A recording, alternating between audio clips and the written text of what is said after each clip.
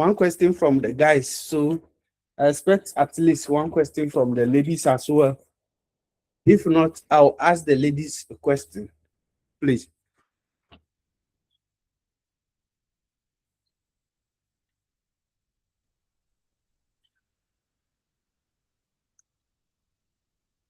A simple one is, what is a sample space?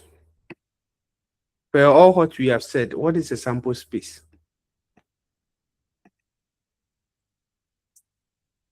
Any volunteer lady? Any lady volunteer to carry them? If not, I can call anybody. The number of outcome. Mm-hmm.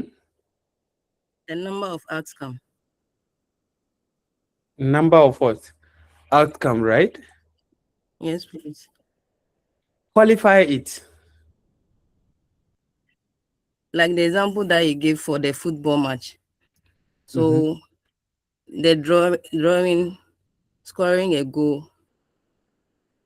So let's say if we have the team either win, lose, or a draw, you have 3 sample space. So in terms of definition, you are very close, but qualify that definition you give. Say, come again. The definition you gave, right? Qualify that definition to be perfect.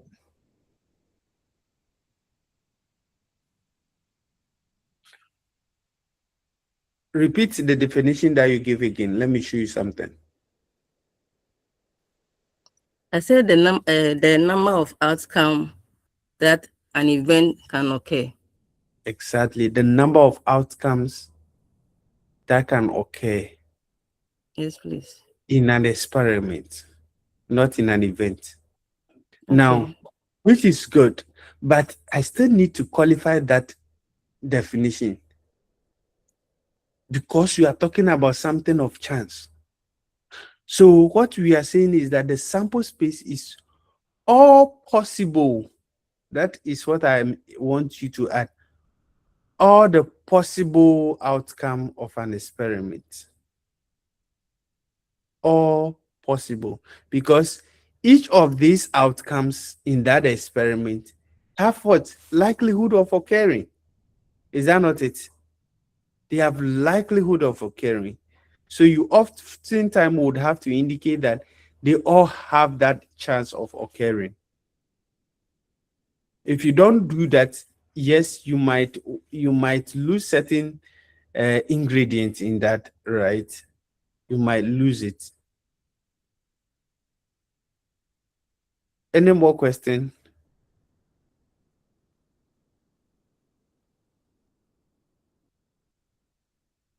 No more question.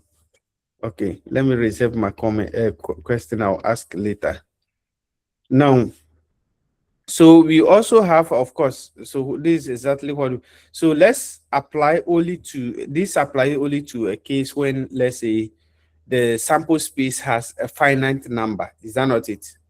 That means that if the sample space have a definite number, what if all the possibilities, the possible option, outcome of that experiment is not known? Then it might be very difficult for you to use that approach to what? To indicate what? The probability, right? It might be very difficult. For example, if he says that the number of what Africans in, let's say, a certain country, the number of Ghanaians in a certain African country, it is practically difficult for you to get to all these people, right? But if for whatever means this is the case that you are able to get that, then we say that you have a finite number. But if you don't have the total number of possible options that will happen, then it is an infinite one.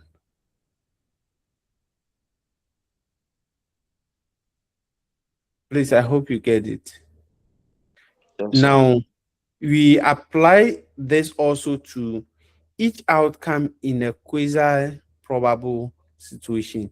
If it is not true, a more general definition of probability is oftentimes required in this case. So we can look at certain approaches of to probability, right? Probability have different approach. Mainly, there are two main approach. Either you want to look at probability through the objective means or through a certain subjective means. Now, depending on whether you are going by an objective means or a subjective means, you might also encounter different types under them. So, for example, if you want to use the objective criteria, you might want to use the classical probability, or you might want to use the what, empirical probability.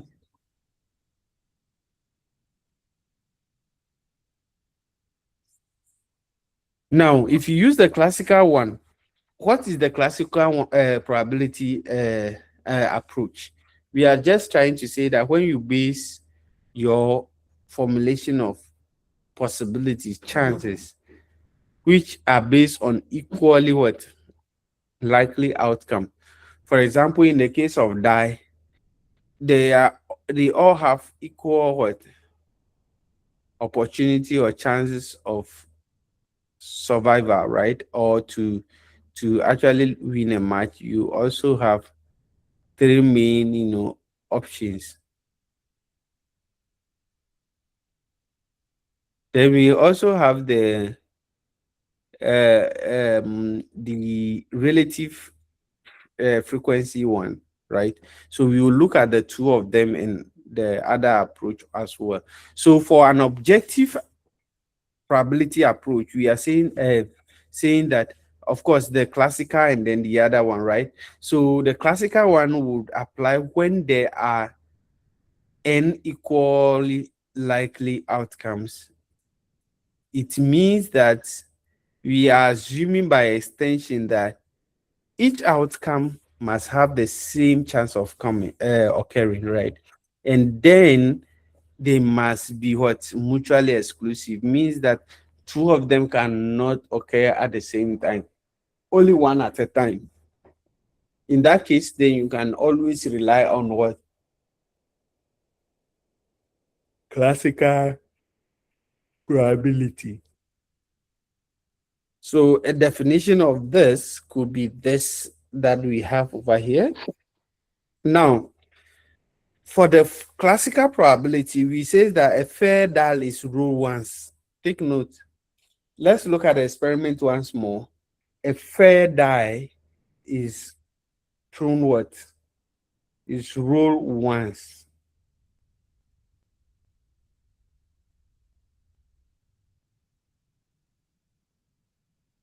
Are you following, please? Yes, we are, sir. So if a fair die is true, in fact, some of these languages, we carefully use them so as to put the thing into a proper context, right? If a fair die is ruled once, or if um, a fair die is ruled, you know that you have a possibility that one can occur. That possibility of one occurring is the same as the possibility of two occurring. It should also be the same as that of 3, 4, and 5. Now, but if it is not a fair die, then any one of those or two or many of those possibilities on the die might have greater what possibility of occurring. For example, in a case of let's say I give you, let's say, a handmade lulu die. You might not trust me because you might see that some part of the die is sloppy. So it will make it possible that a certain adult, or a certain, number is being selected ahead of the others. When that happens, you can see that that die is not a fair one. Now, the next one is that the possibility that outcomes are in the are the numbers that we looking at. So any event is the occurrence of an event number, right? Any occurrence is just the occurrence of one of those numbers that we always have. So in that case, we say that we will always collect, let's say, outcome 2, 3, 2, or 6, given that you are looking at only even numbers out of the sample space, right? Or you might want to focus on what prime numbers. You might also want to focus on the numbers below or numbers above something, right?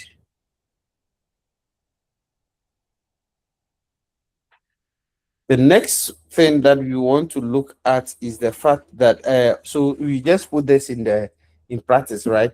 So if I roll a die, a fair die once, so the probability that the the roll die, a roll die and then get an even number is what, 2 times. It's likely to be 2, right? Why do we say it is likely to be 2? Because of the knowledge I have in previous ones that, okay, for every fair die, it has 1, it has 2, it has 3, 4, 5, 6, right? So the even numbers in there are basically what? The 2, 4, and 6. 2, 4, and 6. Now the total number that is there is actually what? It's actually 6. So what we will do is that we will count all the even numbers, right? How many even numbers can be there? 2, 4, 6. So it means that there are 3 of those divided by the total number, which is what? The total number, which is 6. So if we divide the 3 of the even numbers by 6, what it means is that it's like 1 divided by 2.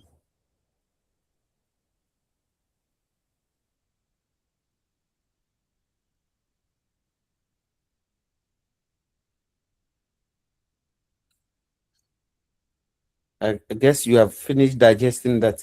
So again, we do not need to conduct an experiment to determine the probability under the classical one.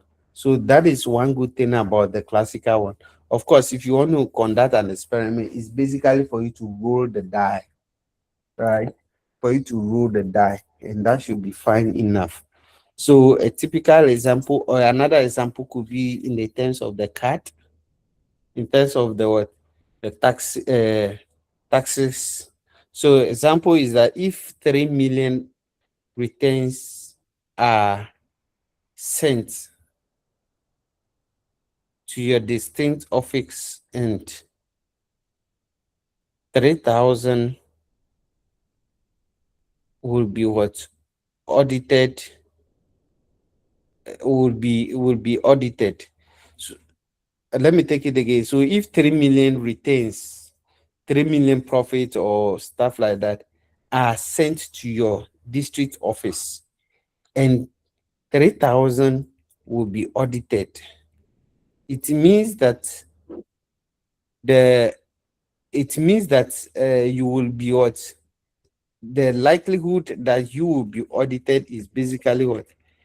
That's audited divided by what?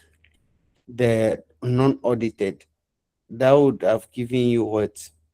About a certain 0.00, you know, 0.00100.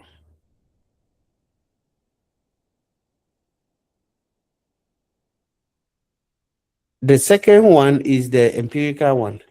The next one is the empirical one, which is there's the subjective one. So and sorry, empirical one is also, not subjective in itself, but these are mostly tried and tested ones, right? Verify. So it's an important approach, or objective approach that we use to study probability, such that the empirical definition apply when the number of times the event happen is divided by the number of observation. So in this case, the probability of the event happening,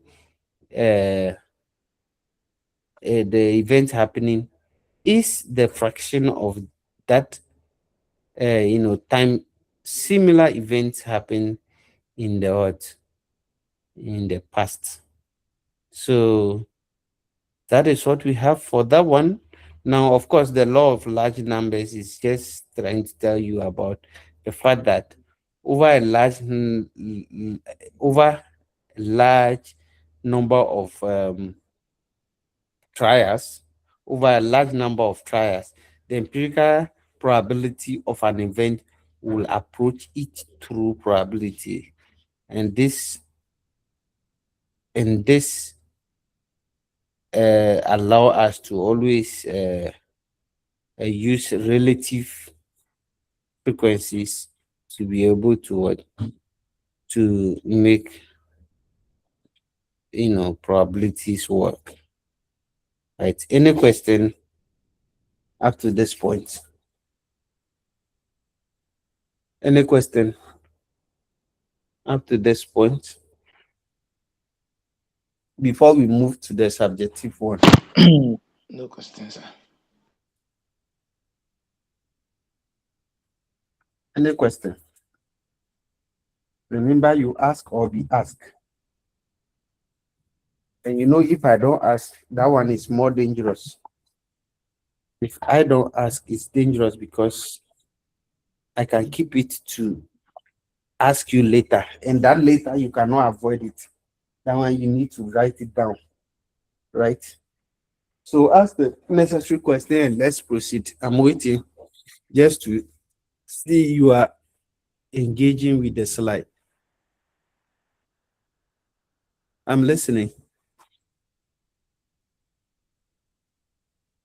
Sir. Hello, sir.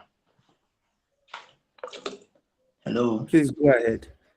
Yeah. Please, can you give us an example of the example where the empirical approach is used? You want to know when empirical approach is used? Like, can you give us an example where When we can use the empirical approach? Like, give us an okay. example. Okay.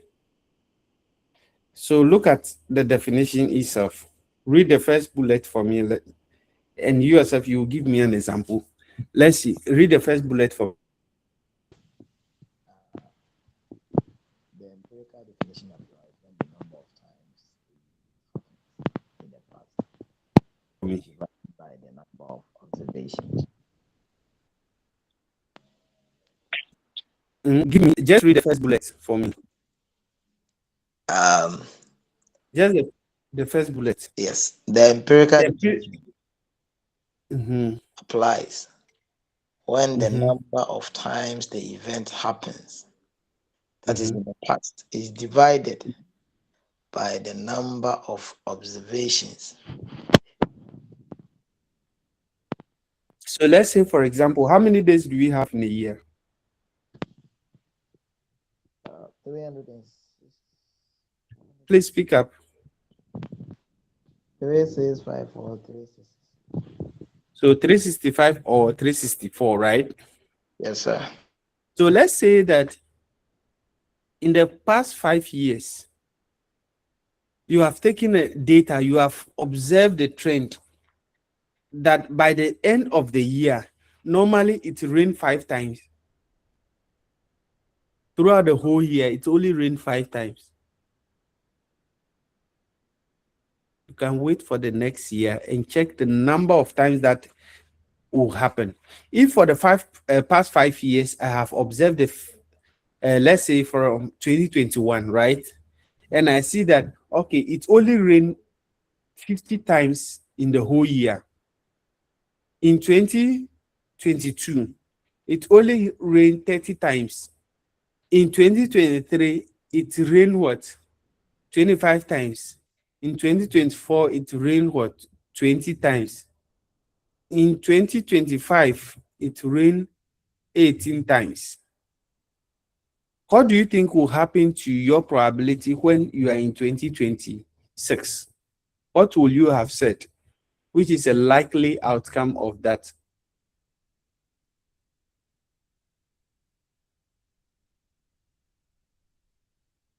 So are we using years or days? Days. Because remember, I said that the first year, 2021, it rained 50 times, right, in the whole year. And in 2022, it only rained 30 times. 2024, it rained 25 times. In 2025, it rained 20 times. What do you think will be your best probability for 2020 what? 2026?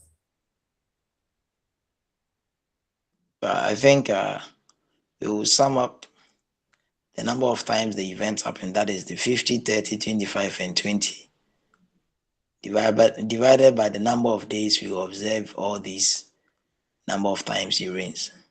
So that will not give you the probability that this won't happen, but it will give you a sense of how the probability should be assigned.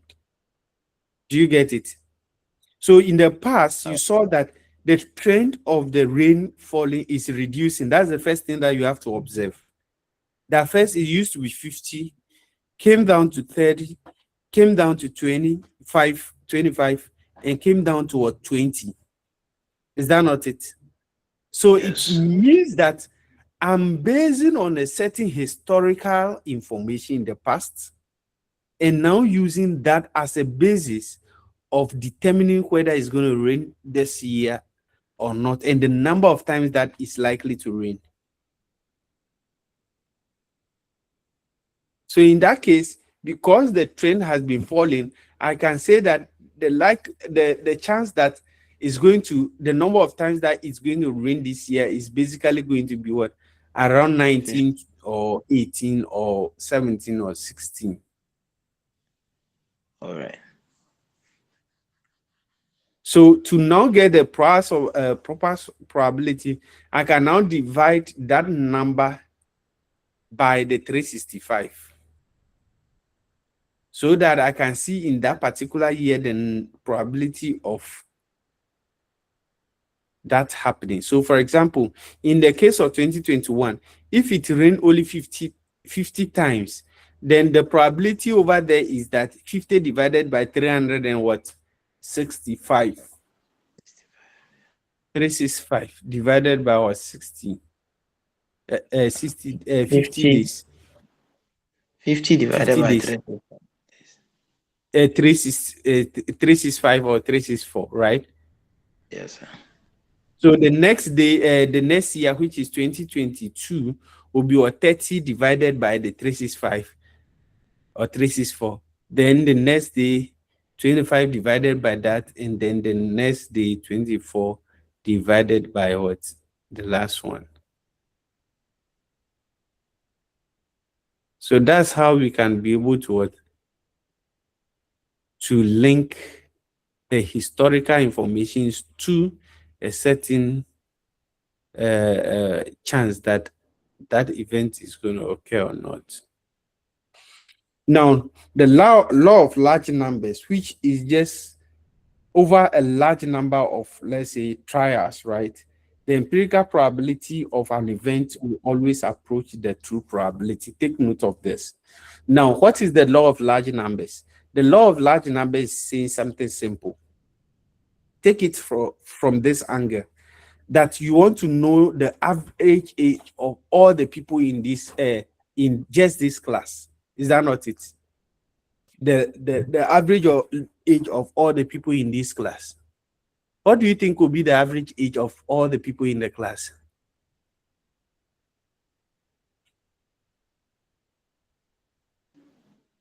In your guess, guess 30, right? So let's assume the 30, right? Now, take it also that the population can be difficult to what? To study, because the entire population is difficult to assess. Remember, we look at that in our first lecture, that the reason why it is difficult to work with populations because you may not have all the resources to take that or to make it happen. Secondly, the time constraint might not give you the possibility. And thirdly, it is practically impossible for you to get the entire element in that population Ghana to, to do anything with him, right?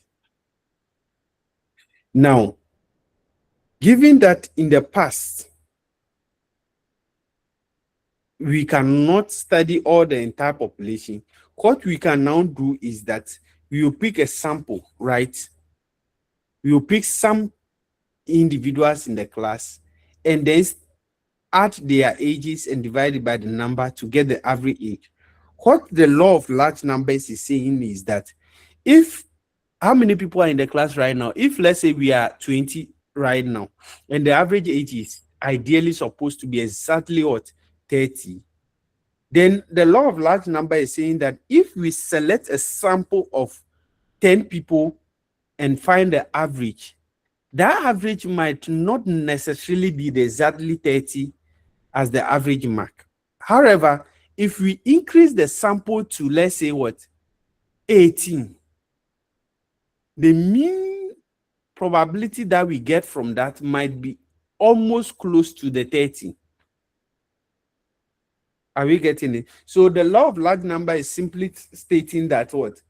As more numbers, as the sample size continue to grow larger and larger, or as you continue to receive more and better information, the chance or the probability that the event is going to occur, you are going to predict it with a little bit of certainty. Please give me some 1 minute. Let me attend to this and come. So just look at another example. When I come, I will ask you a question about this.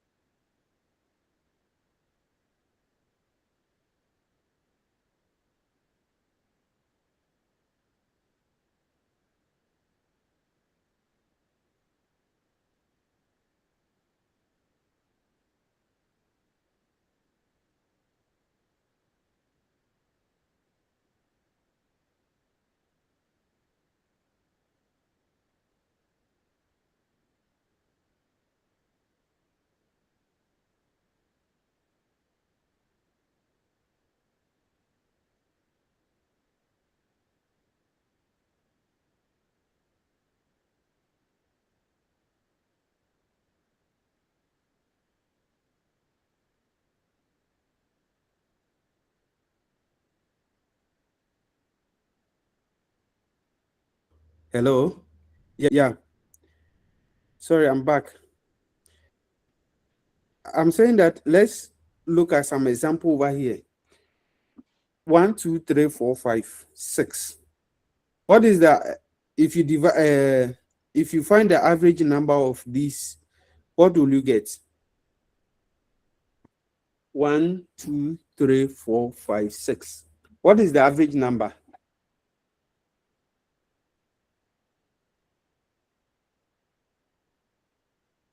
What will be the average number? 3.5, sir. 3.5, right? Now, what the law is of large number is saying is simply that you see the 3.5 that we have, assuming that all the 6 elements over there are the entire population. Is that not it? Now, let's pick a sample out of it. Which numbers should we select? Let's select 3 numbers out of that. 1, 2, 3. Select any random 3 numbers for me. 1, 2, 3.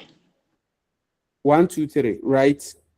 1, 2, 3. What is the average number, average of these 3 numbers? 1, 2, 3. 2. So the average of this is what? 2. Is that not it? But remember, when we find the average of the entire 6 numbers, we had 3.5, right? Now, sir. let's select randomly 4 numbers instead of 3 numbers. 1, 2, 3, 4. 1, 2, 3, 4. What is the average of those 4 numbers? 2.5. 2.5. Fine. So it simply will tell you that you are now moving from what? 2 to 2.5, right? And you are getting closer to what? 3.5. Is that not it? What are you doing? You are increasing the number of elements you are selecting to find the average for. You've increased it from initially 3 to what? 4. What about if you have selected 5 of the numbers and by chance you select 1, 2, 3, 4, 5? That would have given you what? 3. That would have given you what? 3, right? Yes. So it means that as you continue to increase the sample size, as you continue to increase it, what it means is that the probability of you getting to the 3.5 is going to be increasing, and it's going to be that exactly as what the 3.5 is actually going to be. That is what the law of large numbers is saying. Okay. We can also have it in this way. So if you want to use the empirical approach, you could say that the number of times the event occurred in the past divided by the number of, or the total number of what, observations. So you can see the number of days that we saw, for example, the number of times that it has rained in the past, right? You can use it as a basis to saying that, okay, then that is the number of times that is going to rain this year also, all things being equal. So if it has rained 15 times in last year, it basically means that 15 divided by 365, right? And that is equivalent to 0.04. If you multiply it by 100, it means that you have 4.1% chances that it's going to rain every day. Do you get it? You only have the chance that it's going to rain that day 4.1. Now, because this has been the reality, the actual situation in the past, I can say that all things being equal, is going to have the same probability this year as well.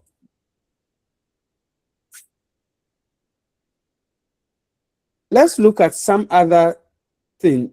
Let's say let's say Dr. Afo, teaching career professors, Professor Jones, has, let's say, awarded 186 A's out of 1,200.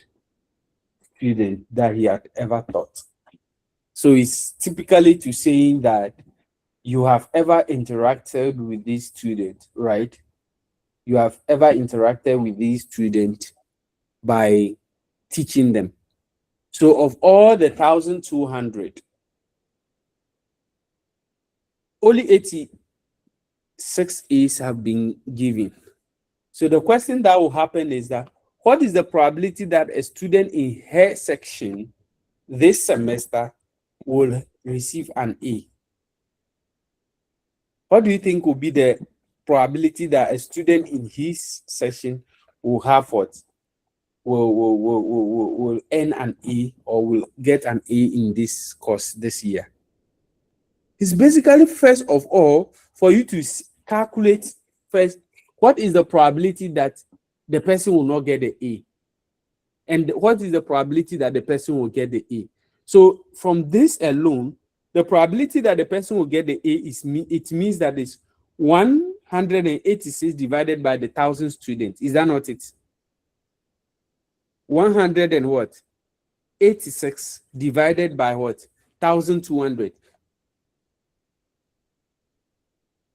And that should give you what?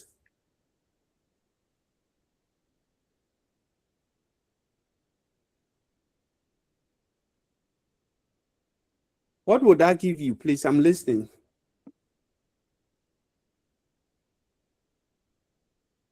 Zero 0.155. 0.155, right? Yeah.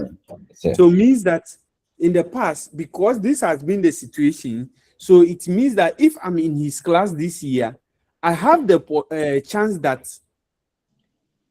I have what? Let's say you can even multiply this by 100 so that you can interpret it in percentages form, and that will be fine. So that you can interpret it very well. 15.5%. Exactly. So it means that if you are in my class, imagine I'm this professor, and I have done this in the past, then the probability that any of you in this class is going to get A is very small. 15.6%, 15.5%. What indirectly its meaning is that if I pick 100 people from this class, only 15.5 of them are going to get what? A. Only what? 15.5% are only going to get the A, which is very, very small. Is that not it? It seems to be very, very small. Very small. I know as student, you always say that it's very small. Don't worry. Let's see. Let me see if I can use your past colleagues, right? Let me see whether I have their grade over here. I should have it, but no, tracing it right now will be difficult. If not, you would have calculated that and see. I know it will increase your heartbeat, so I will not even do it. Maybe the chance of getting the A in this one is not even 15%. Mine is different. Mine is different, right? Do you believe that mine is different? I say only you can tell us. Yes, I know that those who have faith will say that mine will be different. And mine can only be different, like maybe mine is just 5%.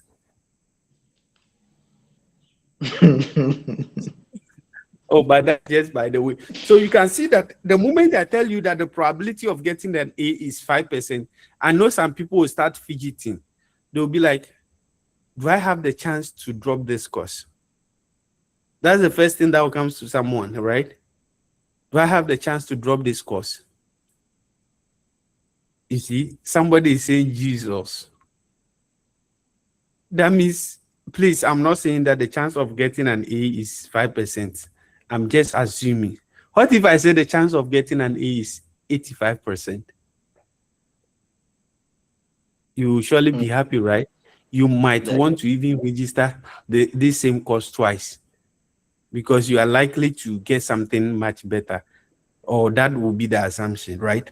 So the same way, once you are able to get the probability that is going to be 15.5%, you can also calculate the probability that it's not going to be an A. Remember, I did not mention of whether it's going to be B plus or BO, because of the rule of what? The rule of what? The rule of what? A large Mutually number. exclusivity. Mutually exclusive, such that if it is not going to be an A, it can be anything else. Right? It can be anything else. The same way you can also calculate if it were to be that of what, a B plus or a C, C plus and stuff like that. Or even if it is an E. In fact, if I were you, do you know what I would have done? I would rather look for the data and calculate the probability of getting an E or failing the course. So if you see that that probability is small, Master, I don't care whether I come to class or not, because I can see that the chances that I'll get an E is smaller. That one, nobody say amen to that. Today I'll take collection from all of you. You didn't go to church, so we are having a church over here. So that is how nice you can look at the whole scenario, right? You can look at it from the success category or the failure category. If I see, of course, that's why I always tell people that sometimes I become more happy if I know the things that people say about me that are bad. If I know the bad things about myself, it's better for me than to know the good things about myself, because I can work on the bad ones. Then the good one is good for everybody, right? But if you know the good ones, you might not know all the bad ones. Now, that is exactly what is happening over here. So you can see that to find the probability of a student selected or a student in this year to earn the A is basically for you to find the probability that 186 divided by 1,200 will be that probability, which is the 15%. But to also get that of the probability that it is not going to, you can always calculate that using this identity. Remember, of course, so this is the probability that is going to be an A, right? So the probability that it is not going to be an A, how do you calculate that? There are two approaches, right? Once you know the probability that is going to be an A, which is 0.155, you can subtract that from what? 1. Please, do you get it? You can subtract it from 1 so that you know the probability that it's not going to be an A. Take note that the probability that is not going to be an A is different from the probability that is going to be a B or is going to be a B plus. What it simply means is that I don't know whether you used to saying this before. Which secondary school have you attended? Can somebody tell me the best secondary school in the country? Somebody will mention his village secondary school and says that's the best. He's entitled to it. So can somebody tell us what is the best secondary school?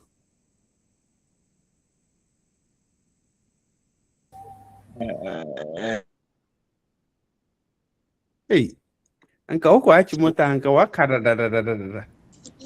Kumasi Academy. Sunyala Secondary School. Is that the best school? Yes.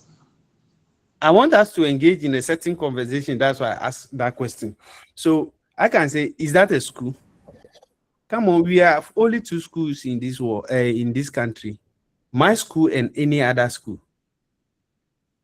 Donkokrum Agri Senior High School and any other school. Do you get what I'm trying to say?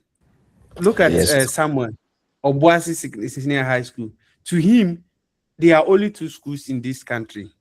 It's either Obuasi Senior High School or any other thing. You get it? So hey, somebody is saying Kai, is it Kai to my own or but I hope you get the narrative, right? So it's kind of like to be proud of your school and to saying that what it is my school and any others. Those of you who have been in Casford before, Casfordians can say that there are only two halls in UCC, Casford and others, right? Somebody in Vaco Hall and says that Vaco Hall and others. Somebody can say Katanga and others, and that kind of thing. And that is exactly what we are trying to say over here. We boxed everything, any other thing into one, and then make reference to what we are analyzing. And that is just what we have done. So the second approach to determining the others is to, first of all, subtract the 186 from the 1,200. And you can see that that is what we are doing here. Then once you get that, you divide that number. So if you divide subtract the 186 from the 1,200, you get what? 1,014. If you divide 1,014 by 120, 1,200, you get what? 0.845. And that is the same as if you subtract the 0.155 from 1, you get the same thing. So those are the two approaches you can use to find the knots if you are not getting an A. So based on our past experience, we can actually estimate the probability that the student will receive a grade A in a future class is just basically 15.5%, which is very low. And I pray that that is too low for this class. I just pray, but it's not just praying. Remember, the Bible said it. Prayer without work is what? If you complete it for yourself, you know. All right. Now we have the subjective approach. So you can see that we have looked at the objective approach, which we look at the classical and then the empirical, right? Now we're looking at the subjective approach, which we can say that there is little or no past experience on which to base for this probability. So if you don't have any past experience or you don't have any past information to be able to use as a basis for determining that probability, then we say what? That is a subjective probability. So let's say, for example, an individual assign or estimates of probability to whatever information that is available, right?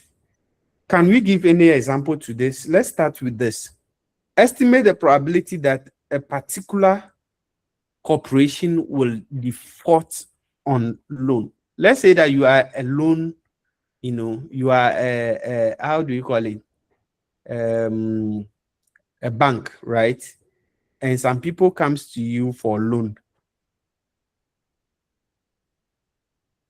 The person has not collected any loan from you before or have not even gone for loan in any other bank before.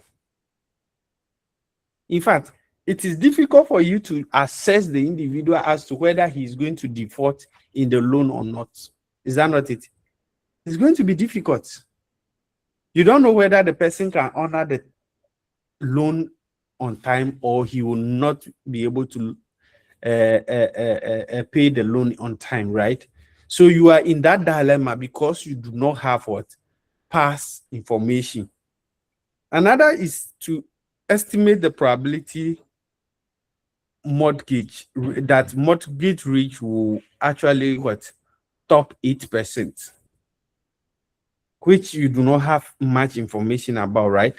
But the moment you have past or much information about that in the past, and you are now using that information as a basis, then it becomes an empirical probability, no more a subjective probability. No more a subjective probability. No more a subjective probability. All right.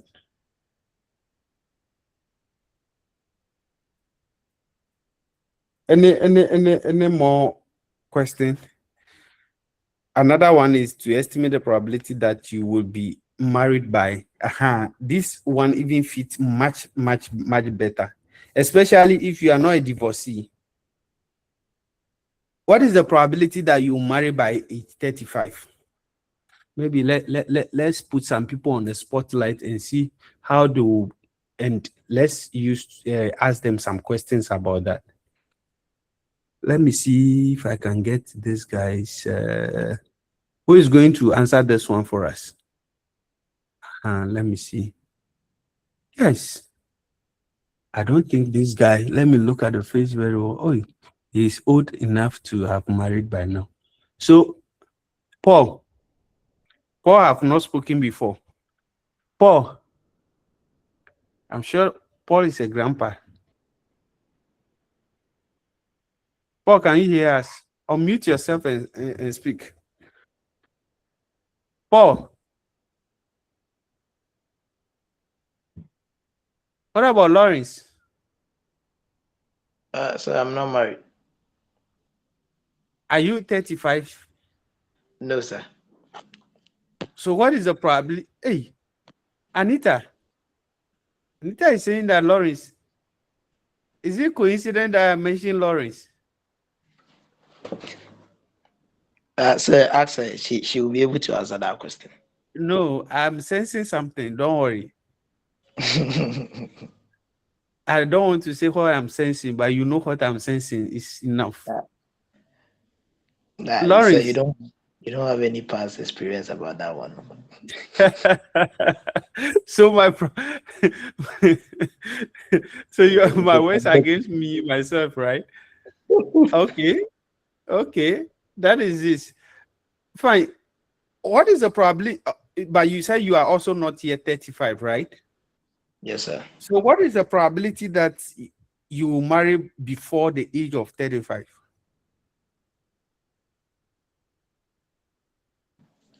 Actually, I can't tell, sir. Yes, one, I'm not 35. Two, I've not married before. And then I don't know. So you cannot tell, right? Yes, sir. All right. Anita, I'm coming to you. Are you married? I will give some much more information about your own, but let me hold it there. Anita, are you married? Yes, please. Oh, then you are not qualified for this. The reason why I just want somebody, okay, let me say Benjamin. Say Abba. Who? Abba. Okay. Where is Abba? She's somewhere. She's not with the phone. She's just on the thing and she's doing her own thing. Like that child that picks the lecturer's call and says that my sister just on the Zoom and she's nowhere to be found. Abba, you see that we have catch you. Good. In my attendance today, you are not present. Who else should we use? Who else? Ajima Francis. Samuel. Oh, Francis. Okay, Francis. Are you married already? Is that I'm not married? Are you 35? No, please. What is the probability that you will marry before 35? Say, please, it's low. It's low. What is the probability? Say 1%. 1% that probability that you marry. Why Yes, did you say it is low and it is 1%? Say my reason is that actually for now I'm not ready, and I'm still single. I'm not ready. Don't want to come and preach to us that you are single. You have already demonstrated that. That is fine. But when you tell us that you are not yet, you are not ready, I like that response because I wanted to use it to compare with what this guy gave. What's the name? Lawrence gave, right? Now, you see that in the case of Lawrence, you are all not doing a subjective probability. You have a prior information. You think that probably you might have to have a certain resources before you do that, right? And that is the basis upon which you are using to what? Determining that you have not yet accumulated enough. And for that matter, the probability that you marry before 35 is very low. So in that case, you are not using a subjective probability. You are using what? That is what? An empirical one, because you are basing on a certain fact, a certain pre-knowledge, a certain past information to be able to assess that. But if you look at Lawrence is unable to even give you that information.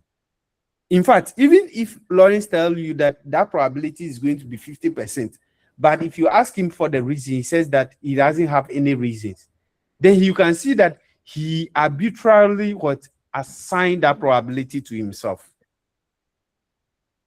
Right? He has done that. So that case, Lawrence's own will be subjective, whilst yours is empirical, because you are using a certain past information to make that assessment, even though it is on the same issue. Please, I hope you get the difference. So an issue being subjective has nothing to do with the issue itself. It's only based on if you have any past information on the issue before you are using it to form your probability of the event occurring, or you do not have it. In fact, if you have a past information that you consider in determining that probability, then it is an empirical one, which is based on the objective approach. But if you don't have any tangible or any reason, but you are assigning the estimate, you are just estimating, right? You are just guessing, you are just doing something, or just a feeling, kind of. You get it? We cannot quantify those kind of feelings, right? It becomes very subjective. So it all comes from the word of subjectivity, whereby it can vary from one individual to the other, right? But in the case of the other guy, what's the name? In the case of Francis, in the case of Francis, you can see that he has given us a certain quantitative measure. We can go to his bank account and see that probably he's only having 300,000 Ghana cedis in his account. So it's not enough for him to marry. Maybe he wants to get 1 million Ghana cedis or dollars before he starts the process, or he does something. So you can see that there's a certain measure to it. In fact, when Francis tells you that he's not ready yet, he's not having money, please, it's because the amount he's looking for is very high. He is talking about in millions, not 300,000, 500,000. Those ones are chicken change for Francis. So that is why he has those money and he's still in class right now learning probability. That's just by the way. You know what I'm driving at? Don't laugh at him. Now, whenever we say probability of X is never, take note of it, it's never certain. So the moment we say that the probability of an event X, it simply means that that event X is not certain that it's going to occur. Probability of X is an estimate of an event that it will occur in the future, right? But it might also happen that it is not going to occur. Also take note of the fact that there's always a great latitude in the degree of uncertainty surrounding every estimate. So anytime you are doing an estimate, which is mostly the subjective approach, you can see that there are a greater chance of the events most of the times that it's not going to work. Okay, so the degree of uncertainty is primarily based on the knowledge possessed by the individual itself, and that knowledge of the individual can always be contested. You can contest that knowledge because it doesn't form part of the truth. So another way of determining whether it is a subjective one or empirical one is that empirical ones are based on facts, something that can be verified, something that can be quantified, something that are experienced, they are real. It is A, it is A. If it is black, it is black. If you base on those kind of things, those facts, to make the probability, then it becomes empirical. But if you base on feelings, if you base on perception, if you base on, I think, okay, I feel that those kind of things, then it becomes a subjective estimate that you are giving. I hope you get the difference. So we always will know a great deals about, for example, in the case of throwing a die, that one, if you get one, you get one. That's why when you are playing Ludo and people are kicking you out, and when you are just about to play again, somebody just mention one and you play one. There's no way you can change it, right? It is very annoying when you bet on something that not betting as the you challenge your own colleague that, oh, this game is going to be a cool job for you. You start and then the person is beating you left, right, center, and on top of that, he's teasing you.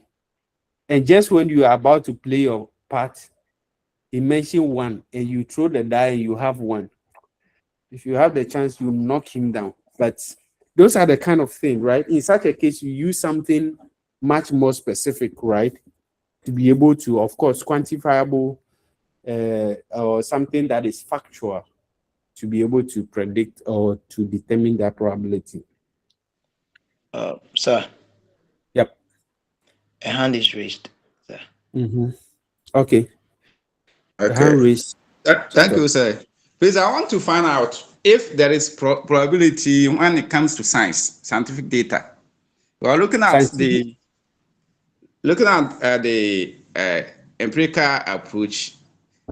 The reference is only on the past experience or history.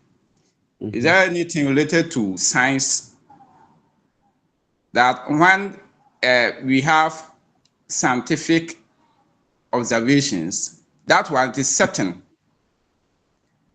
And exactly. That and is then the same way. And then Okay, the historical aspect is different from science, as you all know. So do we have any correlation between the scientific aspect and then the historical aspect? And then the second question is about the... No, let me address this one first. Okay. Okay. Thank you, sir. Now, when we say something is historical, it doesn't mean that it is not scientific. Let me correct that. Something that is historical, it means that the thing had occurred and passed. The thing could be scientific, right? It could be scientific. For example, playing a ball between Kumasi Asante Kotoko and then Heart of Oak. These two teams have met several times in the past, right? The results are there to speak for itself. What are their head-to-head? The head-to-head between Kotoko and then Hearts.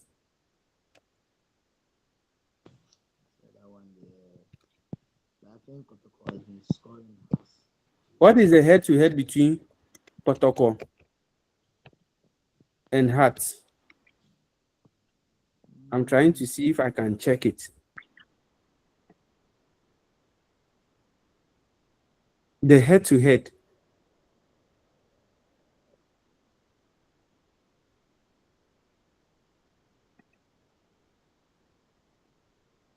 So, So in terms of the head-to-head between Kotoko and Hearts, I'm seeing a certain data that they have met 28 times, right?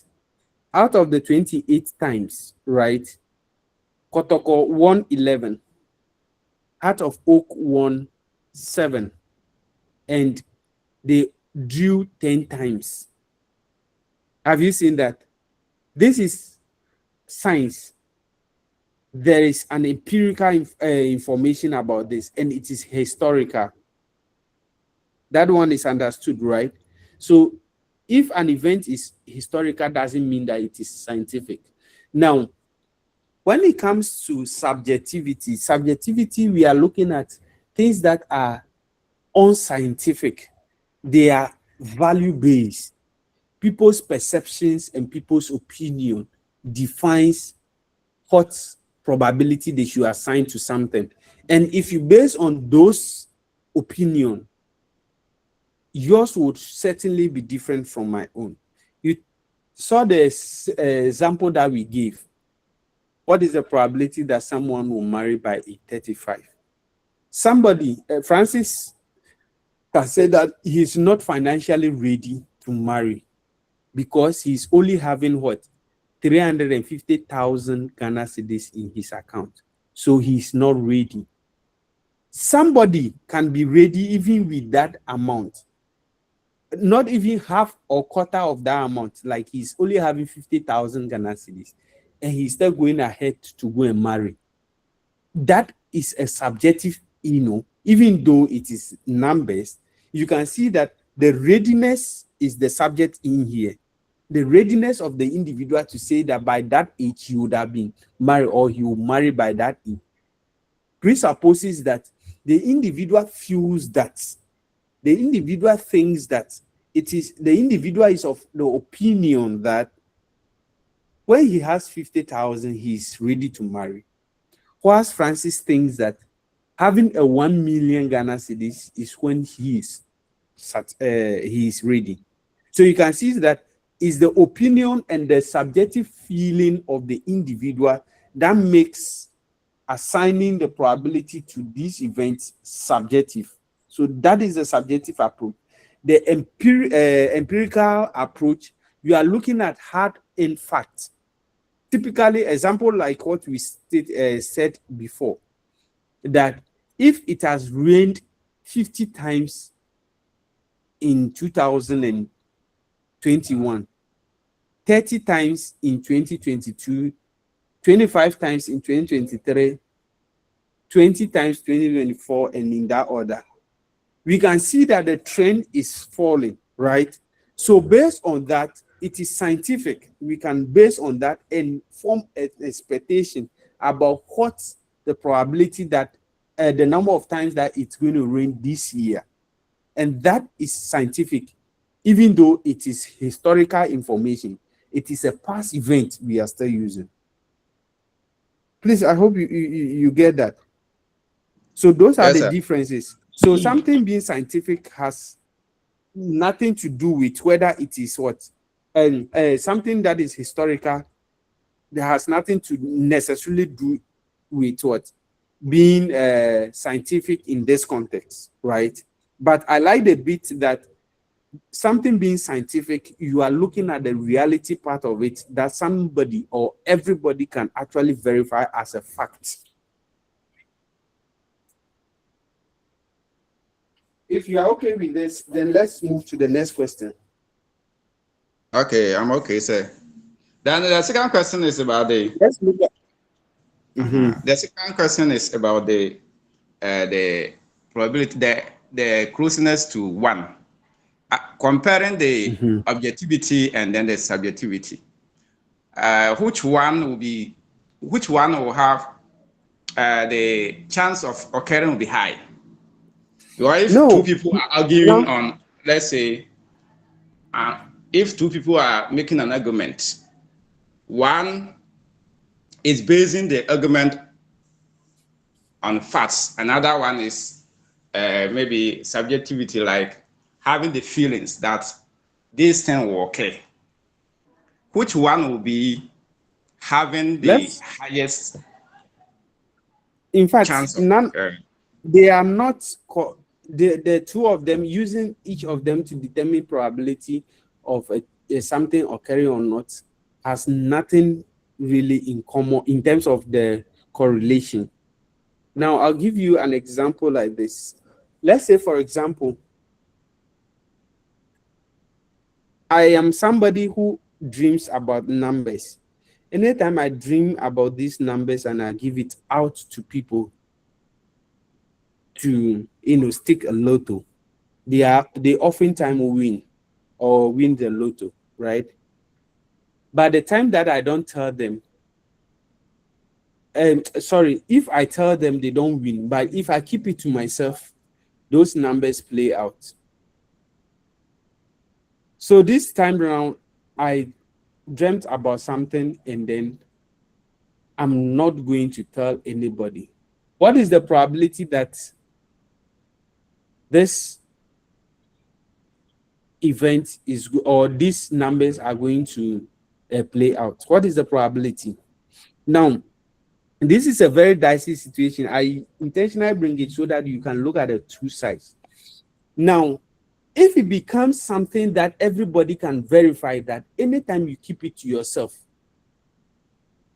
the number always play out as the lotto number, the first thing I'll ask myself is that, were you able to write it down to be transparent enough for everybody to know that indeed these were the numbers that you dreamt about and for which you did not disclose it? That is why they come. If that is the case and the trend continues, then I can say that that is a historical information that is giving me more surety that anytime I'm using that as a basis to form my probability, I can assign higher probabilities to it. But if it is something that I just think that, oh, I was just sleeping and then somebody was talking about lotto and I went to check the board and these were the numbers that I saw in the dream, so it's going to be those numbers. Please, if I raise my hope high or I raise my hope low, it has nothing to do with what actually the lotto numbers will be that day, because it has no bearing. It has no influence on the numbers that will come that day. So you can see from the point that whether you are using subjective meaning, probability, or subjective thinking to assign probability has nothing to do with whether you are using objective probability. It's just a way or a method of assessing a probability to an event. Remember, in the case that if you don't have past information to assign probabilities, then what do? You have to use your own opinion to do that. You have to use your own guessing to be able to do that, right? The same way, if you cannot guess to do that, then you can base on some parameters. I'll tell you this. You saw that Lawrence is not having any reason why he thinks that he's going to marry before 30, right? Lawrence can, however, look at the pattern of all the divorce cases and study all divorce cases and tell himself, what are the causes of those divorce cases? You can see that, okay, it's because lack of money, lack of maturity, or the person is able to marry very early. Facts, right, about those marriages, that is why they lead towards divorce. Now, because Lawrence is having that subjective thinking of assigning probability as to whether he's going to marry before 30 or not, he can, based on these facts, these historical facts and evidence, and form a probability to know when he should get married, by which time he would be ready. That way, he's no more basing on subjective probability approach. He is rather using what? Objective approach, which is specifically to be what? Empirical one. Now, because he is using these ones, as to what probability you assign to it or not will be based on the facts that are before him. But for the subjective probability, your assignment of the probability to the event can vary between that 0 and 1. And nobody can context you on that because it is based on your own feeling. For example, if you tell me that you are 85% ready that you can go and marry, how do I assess that? I cannot assess it, right? But if you were to agree on certain parameters that you should have before marrying, then I can easily use that as a basis to determine whether you are ready or not.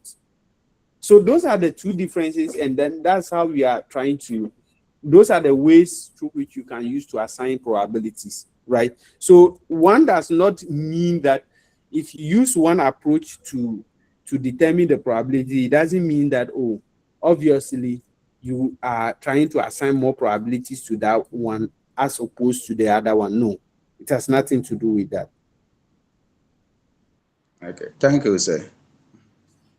Any more questions? If you don't give me questions, I will always pile my questions down for you at the end of the course. So you have the opportunity now to ask them or remain what? Silence. If not, anything you say or use here or do here will be used against you in the court of what? Exam room. All right. What are the steps in calculating the probability of an event? Just a simple, they are not cast in stone actually. So first of all, you have to always define the experiment. What is going to be the experiment? It could be that you want to throw a die. It could be that you may want to observe certain trends in the event from the past when it has occurred. You may want to use your own feelings to determine that probability. That is the experiment we're talking about. Now, you list all the sample points or the sample space, right? You list all the sample points. What are the possible options that you get when you conduct that experiment? When you throw that die, of course, you want to throw a die. That is the experiment you want to conduct. What are the possible outcomes that you might have when you want to throw the die? You list all of them. Then you assign probability. Remember, the moment you assign the probabilities to all the possible sample units, which are the possible outcomes, it becomes what? An event, right? So when you assign probabilities to it, then you now determine the collection of sample points that contain in the event of interest. So that once you now determine the event that you are interested in, you now compare it with whatever probabilities you assign to them, and then you sum the probability point. You sum the sample points probabilities to get the probability of that particular event to be able to.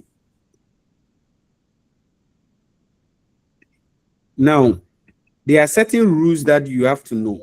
We have looked at them briefly when we are doing the identities, right? As the rules, the cumulative, the multiplicative and stuff like that.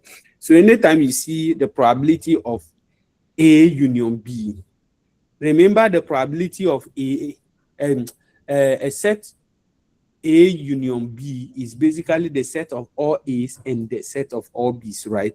So if you see the set of all A's and the set of all B's, just like you are adding all the A's to B's whilst removing the duplicates, right?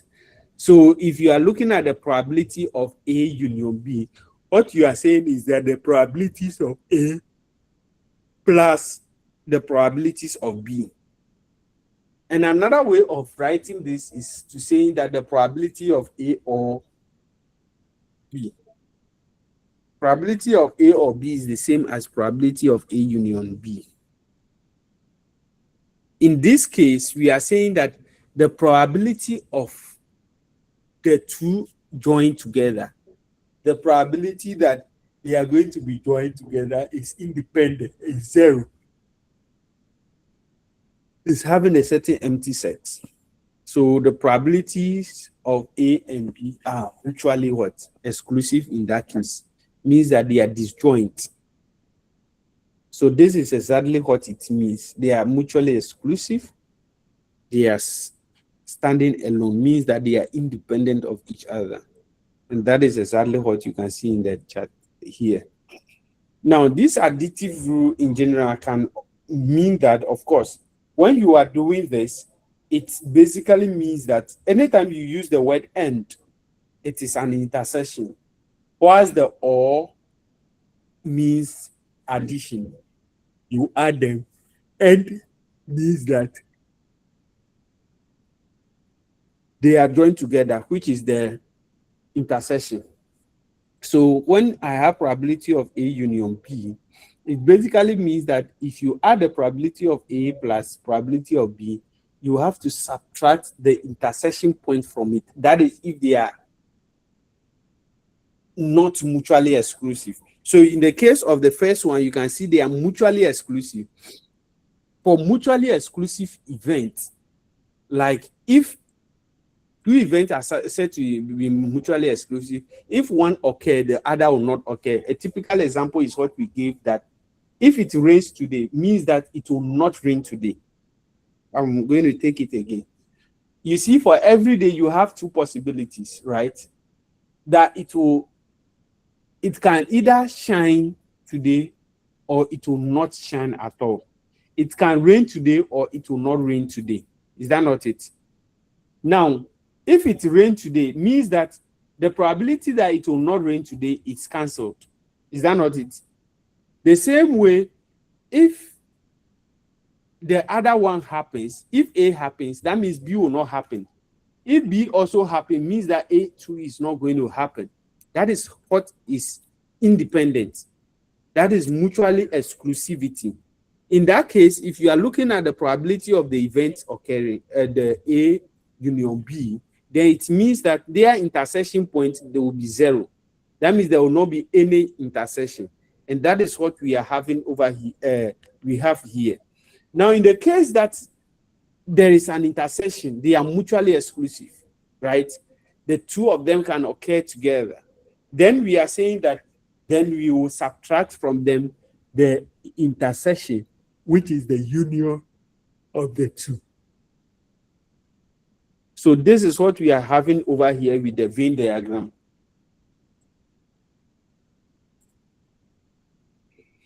A typical example, let's look at this. Kibi and Brekum are two of the city competing for the World University Game. Kibi College of Education and let's say Brekum College of Education.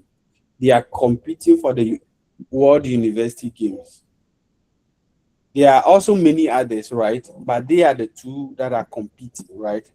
So the organizers are narrowing their competition towards the final 5 cities. The final 5 cities. So let's say that there is a 20% chance that Kibi will be what? Among the final 5. Just 20%. Of course, the moment you hear that there are 5 cities and then each of them want to compete and they want to limit the cities to 5, obviously, it means that each of the 5 elements in it have just 20% of what being selected. So it means that Kibi will have 20% chance of being selected among the final 5. Let's say, for example, that there is 35 chances that Brekum will be among the final 5. And let's say that 8% chance that both of them will be in the what? Among the final 5. So indirectly, if you add these two, right? If you add the 2, it simply means that that is going to be about 60 what? 62%, right? Is it 62 or 63%? Means that both Kibi and then Brekum have about what? 63% chance that they will get to the final what? 5 people, 5 cities. Now, the question here is that will Brekum be among the first the final 5? What is the probability that both Kibi and Brekum will be among the what? The final.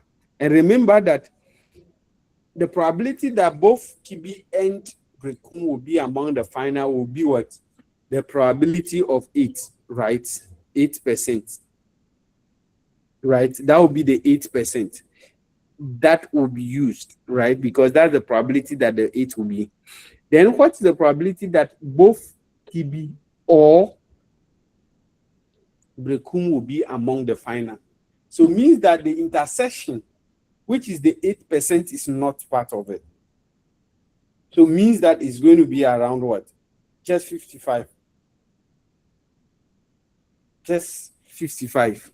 But the previous one will be that 35 minus. So this is exactly what we are saying over here. So let's say A be the event that Kibi is among the 5, and let B be the event that Brekumi is among the 5.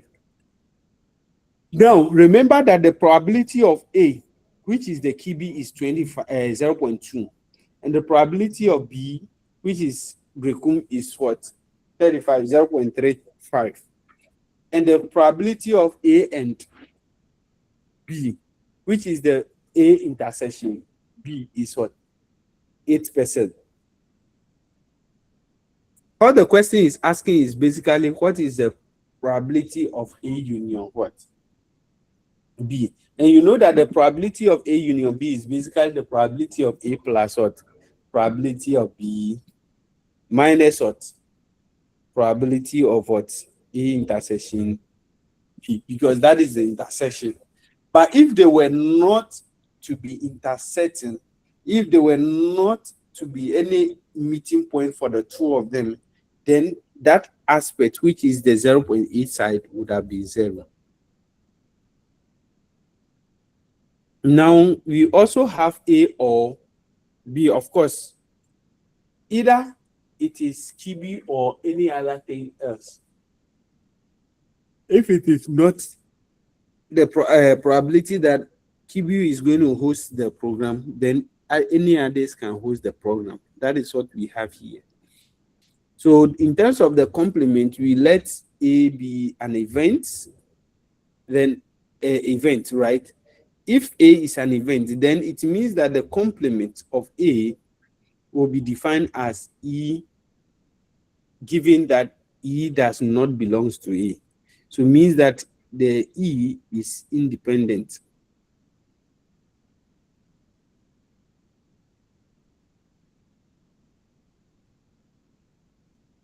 Okay. So we can look at also the mutually exclusive, situation over here, where you can look at the A bar as the complement of the A, right? Now, what are some of the rules that we have looked at previously? We are saying that the probability is always going to be between what? 0 and 1, right? So you can see that quite clearly. Now, the summation of all the subsets, when you are summing all the sections, all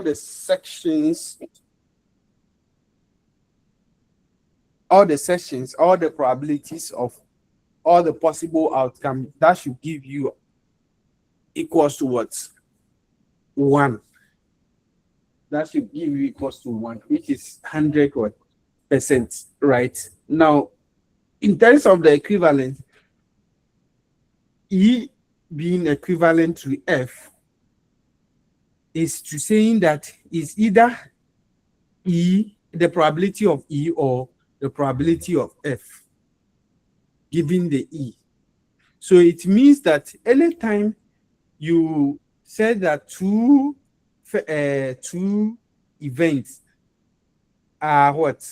Equivalent, it means that each of them produces the outcome of the other one, or they provided a certain outcome that are the same. So if you have any variable or event, or you have any event that is equivalent, it means that if that event has a probability of 10%, then the other equivalent event is also 10%. If it is 50, it is also 50, and in that order.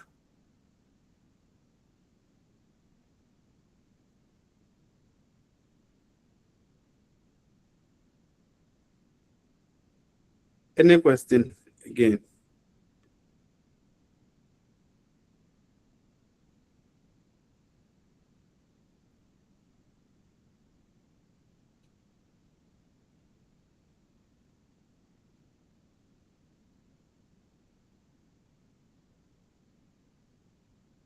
I'm listening. Any question?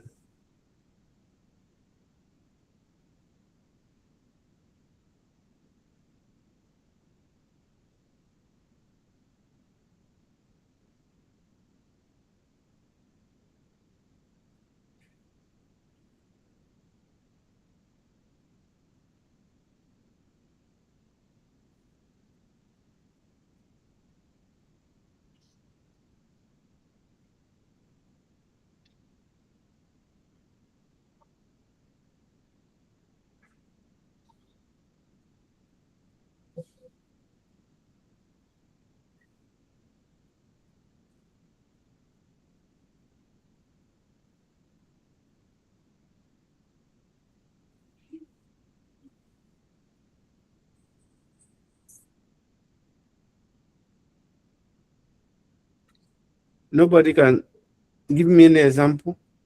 All right. No problem. I'm piling them out.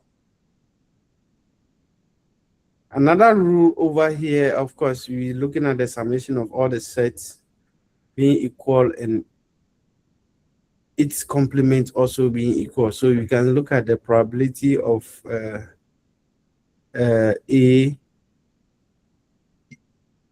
You can look at the probability of A plus the probability of the complement being equal to 1. We can also look at the additional rules for mutual exclusivity and not exclusivity itself, which are the you know,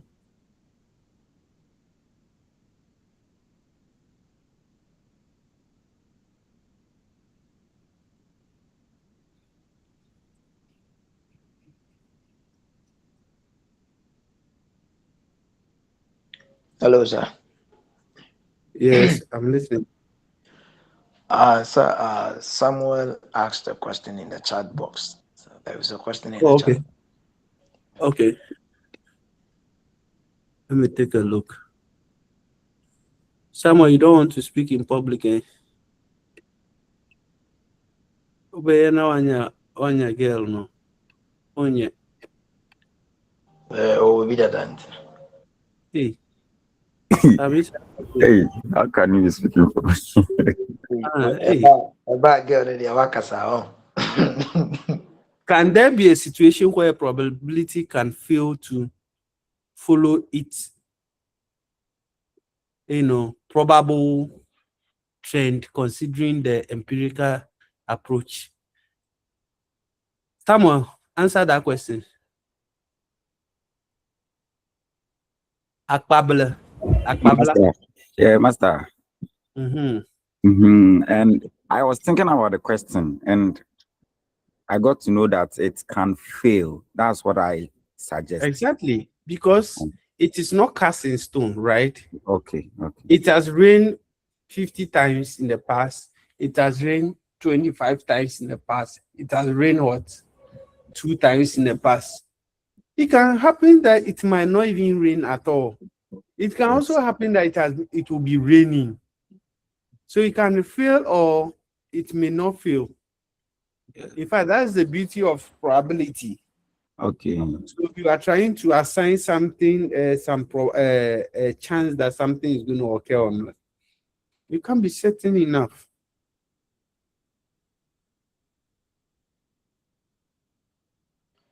Yeah. Like last year and this year, the number of times it has rained. I didn't get that clearly. By the number of times it's been raining for the past 5 years, we can see that this year. The number of times lecturers went on strike. No, the number of times it has been raining for, let's say, for the past. It has been raining. Yes. Uh-huh. We could clearly see that this year it has rained a lot as compared to last year and last 2 years. Uh-huh. Let's say if you're So, using the empirical approach. so using that empirical, you may want to base on certain data, and you might see that, for example, in June every year, the rain is unusual. So your fact and the information that you are using is based on if what you are saying is going to be occur or not, because there's no assurance that it's going to occur, and there's also no assurance that it's not going to occur. So you oftentimes do this so that you'll be able to get to know more.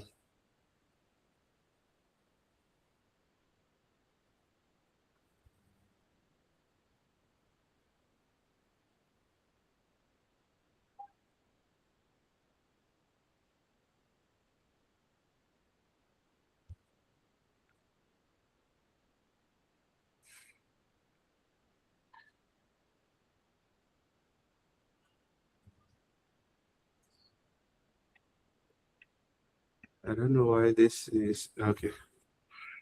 Um, take into account these conditional probabilities. So conditional probabilities, you are looking at the chance that something is going to occur, given that something is going to be also okay, given that something will happen.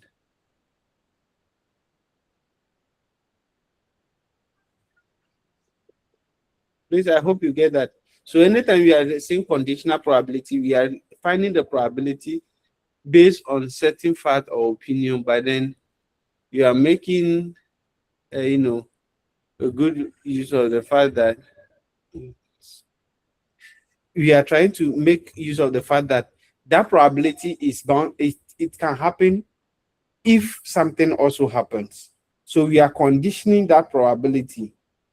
So, for example, we can say that you perform better in this course if you had come for the what? Face to face. You perform better if you come to it face to face, because my past information is suggesting to me that students that don't go for class don't pass, right? And now you are doing the thing online, and if you don't add other information, you might not be able to do proper uh, understanding and explanation of. So in that case, you can see that the conditional probability is only adding some more information and restricting you to be able to know whether that probability can be captured at that price, that rate or not.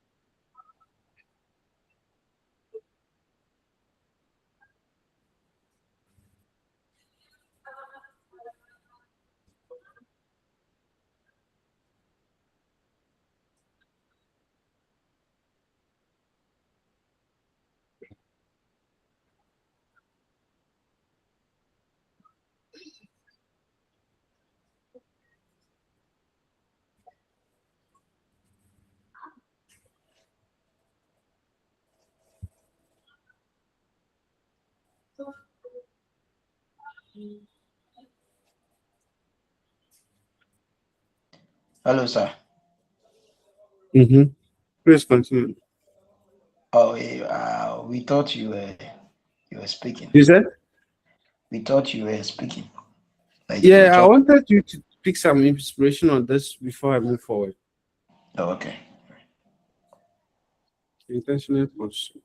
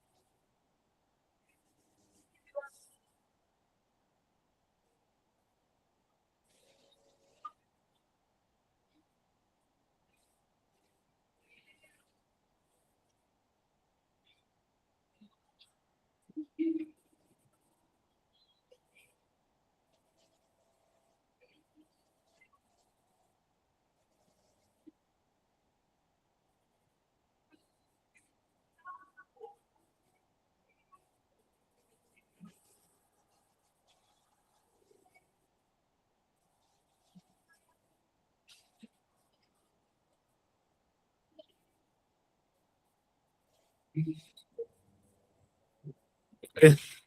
All right. Let's resume this. I don't know, when are you taking a break? The 30 minutes break. What time are we taking it?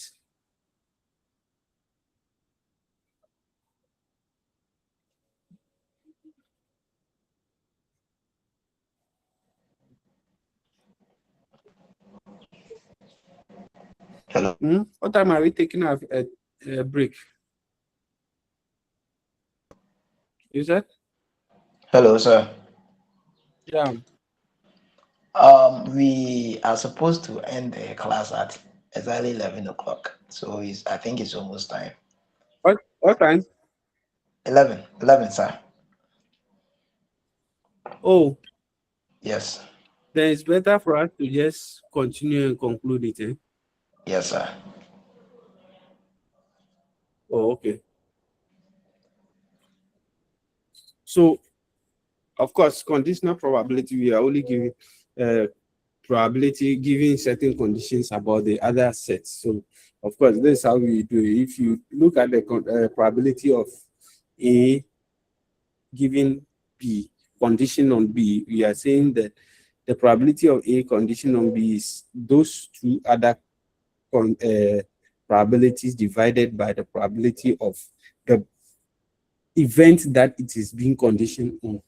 So only if, of course, this one, the denotations, labels are not accurate, but you can see the idea that if E is probability of A condition on B is basically the intersection of A and B, the probability of the intersection divided by the probability of the variable that it is being conditioned on. So let's say, for example, conditional probability, so of the cars on a used market lot, right? Let's say 70% of them are air-conditioned cars, right? 40% have GPS, and then 20% of them have both GPS and then air condition.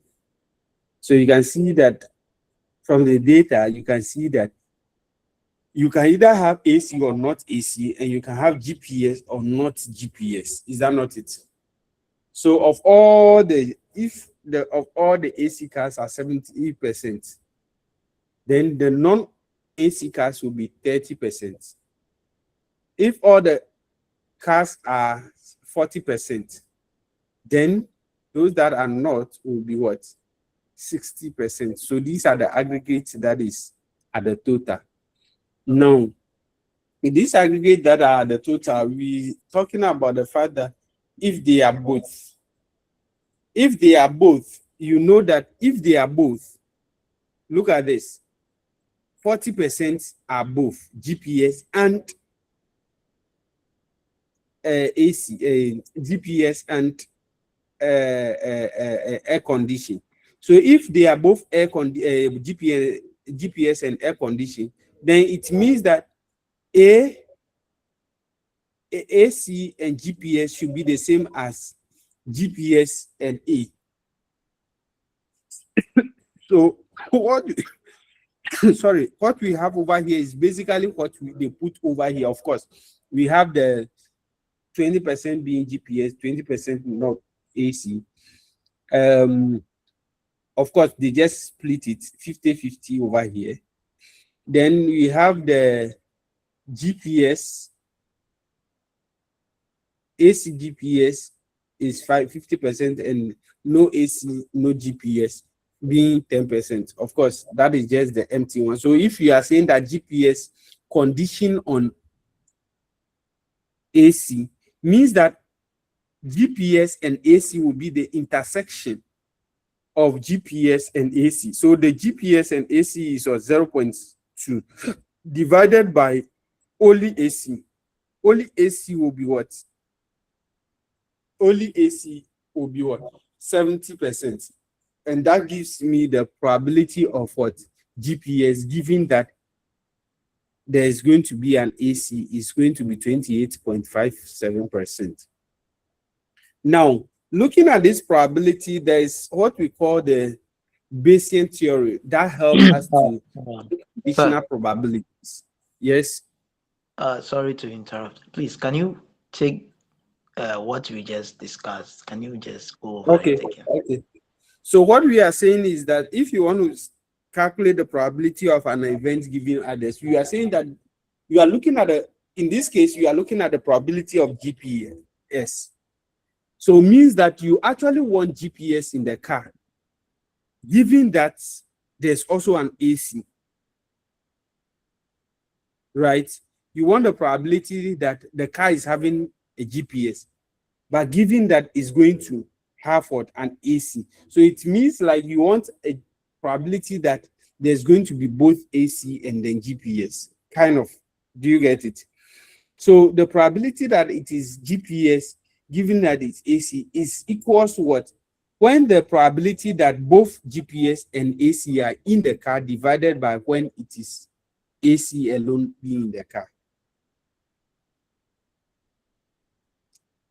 So to be able to do that is basically for you to say that, okay, the GPS, the probability of GPS and AC is what? The probability of GPS intersection AC. Is that not it? The probability that GPS intersection AC is what? 0.2, which is this. Do you get this? So this is the probability that GPS and AC is this. So let me see if I can circle it.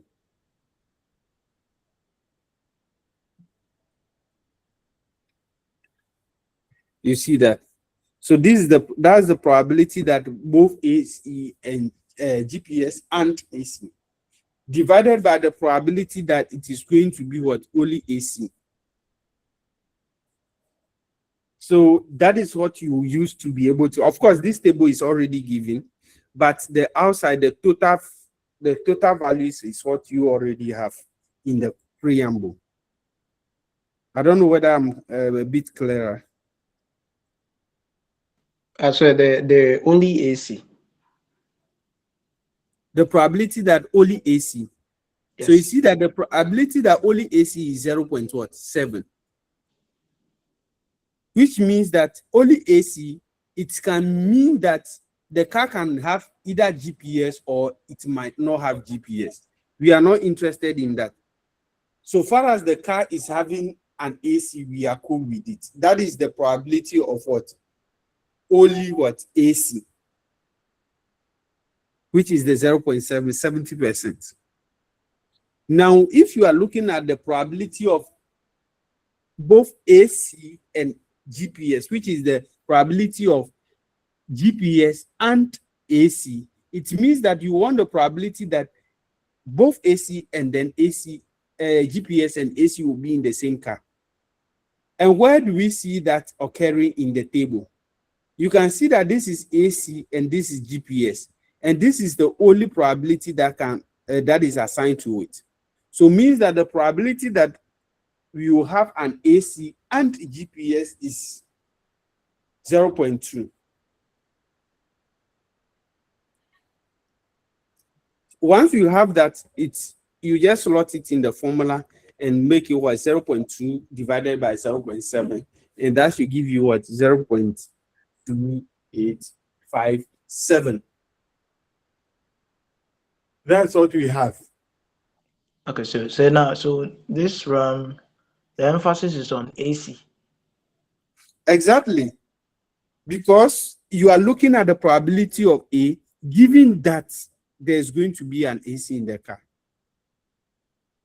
So it means that indirectly, the person is saying that GPS is not a priority, or he wants a GPS, but the priority should be that there should be an AC in the car. That is why this probability, if you are reading this probability very well, we say what? The probability of GPS given AC, given that we have an AC in the car. Now, All right. if you are looking at the probability that GPS, given that there is no AC in the car, it means that the probability of GPS, given that it is not an AC, it means that we are going to use this tool. This is what we are supposed to use for the numerator. And the denominator will be what? 0.3. That case, the emphasis is that we don't want an AC. But so far as we want an AC, we want AC to be in the car. So that will be the probability that we have here. So it means it's around what? 28.57% of the chances are that the car that we will get will have GPS, given that there will certainly be an AC in the car, is 28.57. So you can do same thing to do different pairings and see whether the probability of, let's say, AC, given that there will be a GPS in the car and stuff like that. Are you okay with this? Sir, so with the no AC, now we use the 0.2. It means that we will use the intersection of the AC and then the GPS. Or AC, no. So this is, do you understand this one? What is on the board now? yes, I understand the AC, Okay. the AC one. Okay. Now, if we say the probability of what? Let's see if I can write this with the GPS. Right? GPS, given that there's no AC. We are trying to do another one, right? Given that there's no AC.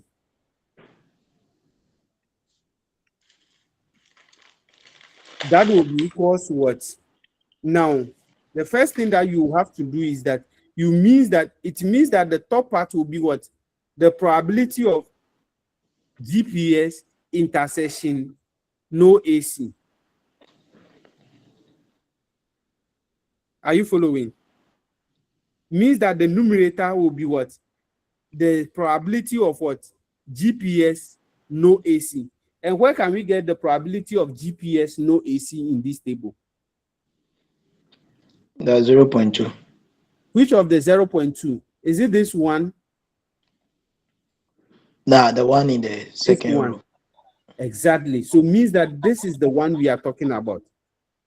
Now, after getting that probability, which is 0.2 here, which is the 0.2 here,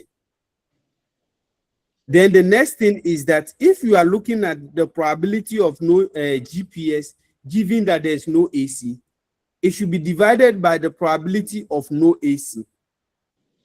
Is that not it? So what is the probability of no AC? Okay, so we will subtract 0.7 from 1 to get 0.3. Exactly. That is what we have done over here. Do you get it? Because we already have gotten the probability of what? AC to be 70%. So it means that the probability that it will not be an AC will be what? 0.3, which is what we have here.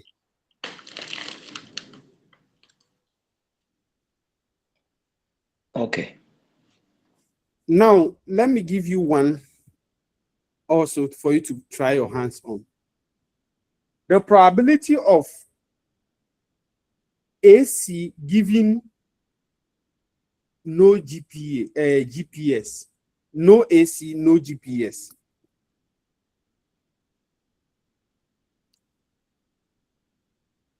I want probability of no AC, no GPS.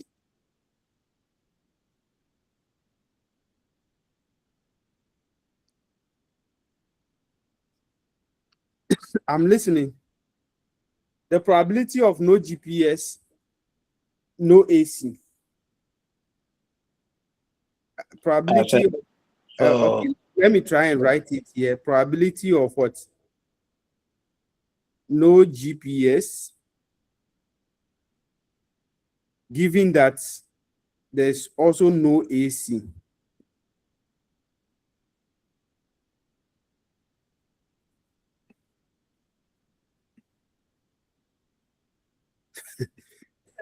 Okay. Can somebody give it a try? First, tell me the formula that you have to use. modify the formula, the probability that there is not going to be no GPS, no AC. So it will be the numerator will be the probability of no GPS and no AC all over. Okay. And that will be which all over what? The probability of no AC. Perfect. Now, what will be the probability of no GPS and no AC? I think 0.8. You think what? 0.8. Where are you getting the 0.8 from?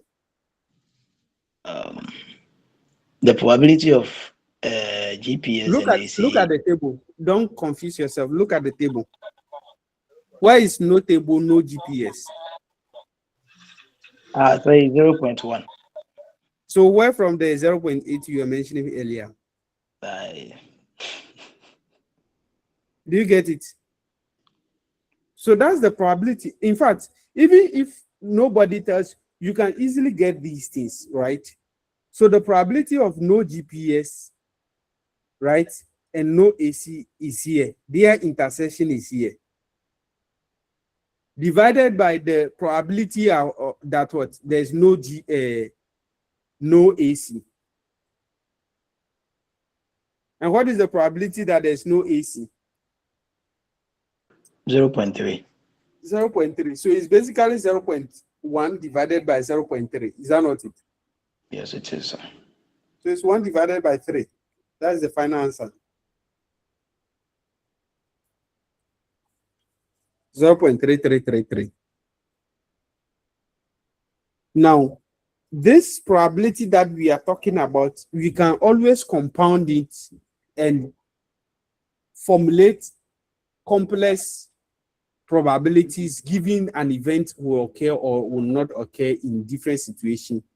In that case, we will use the Bayesian, or the Bayes theorem to be able to do that. Now, what is the Bayes theorem all about? It's a theory that is about computing the probability of an event based on previous past informations, right? That is related to the event.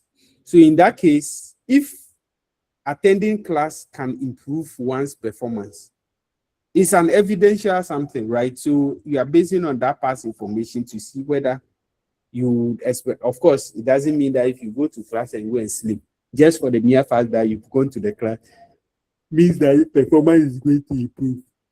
You must learn.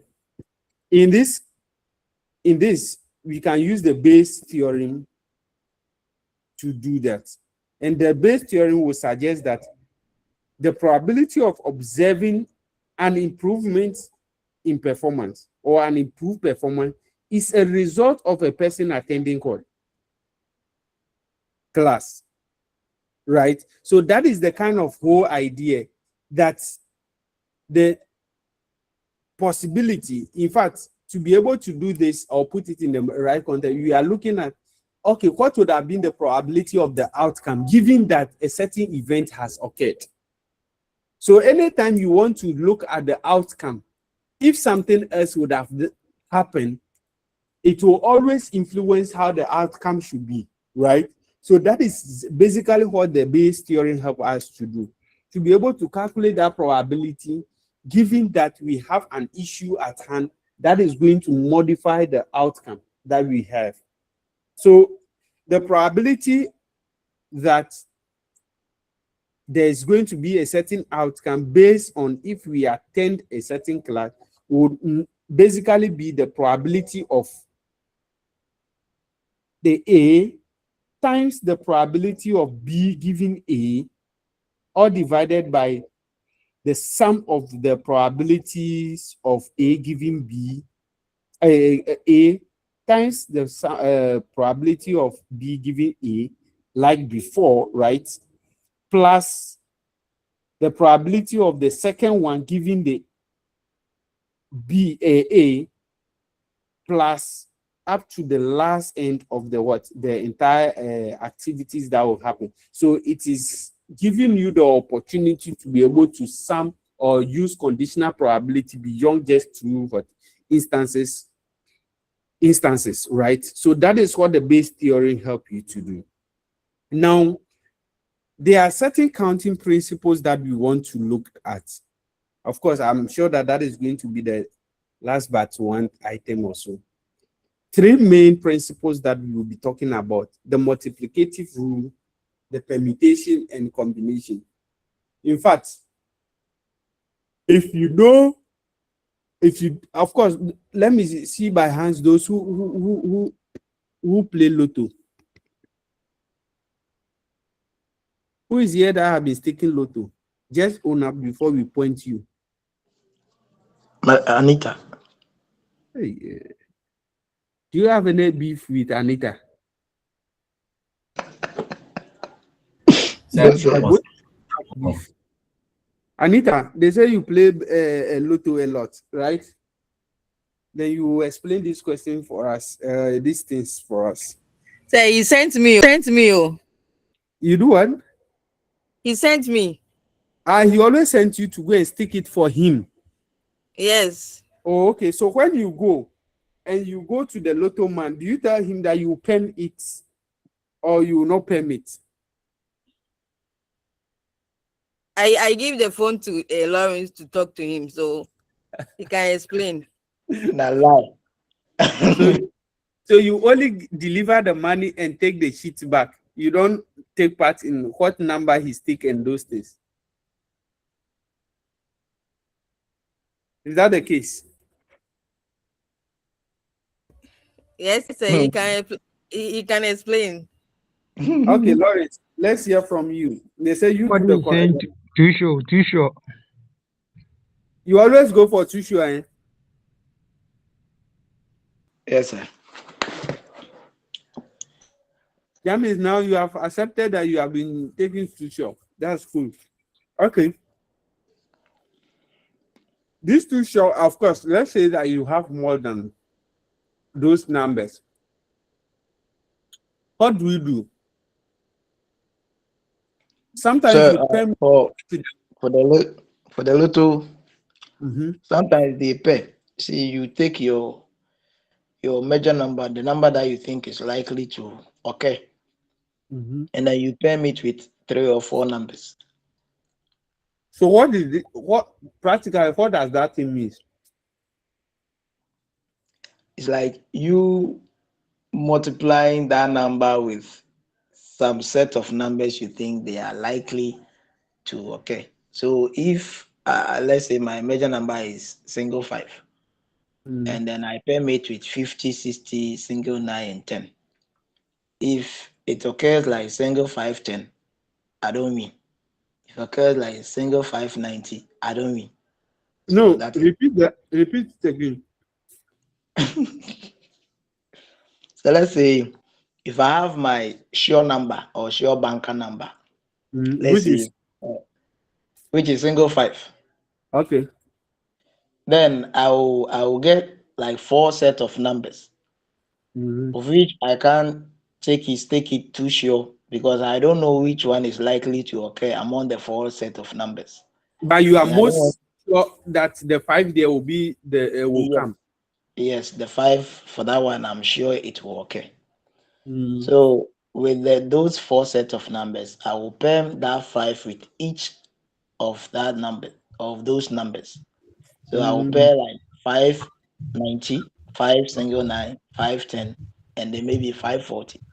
So if any of these sets occurs, let's say 40 occurs, 40 and 5, then I've won it because I paired 40 with 5. If 40 and 90, 5 and 90 occurs, I don't win because I paired 5 with 90. So that is how it works. So what about if you mention 4 numbers and you pen every number? What does that mean?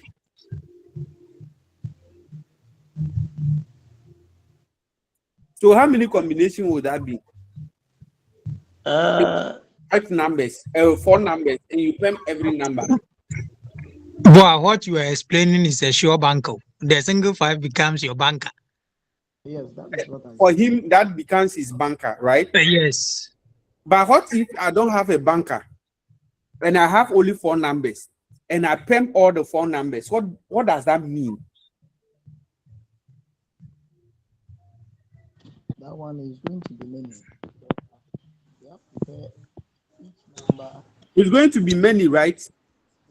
Because let's say that I've selected the numbers like 25, 35, 45, and 55.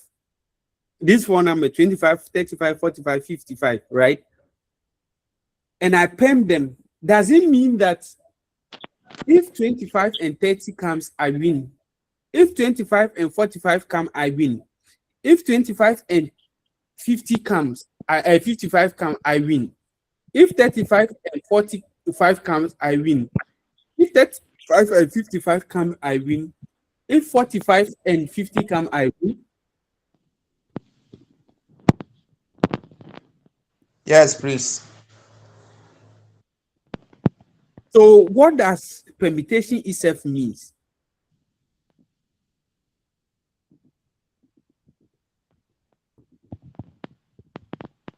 From this explanation, what does permutation itself mean?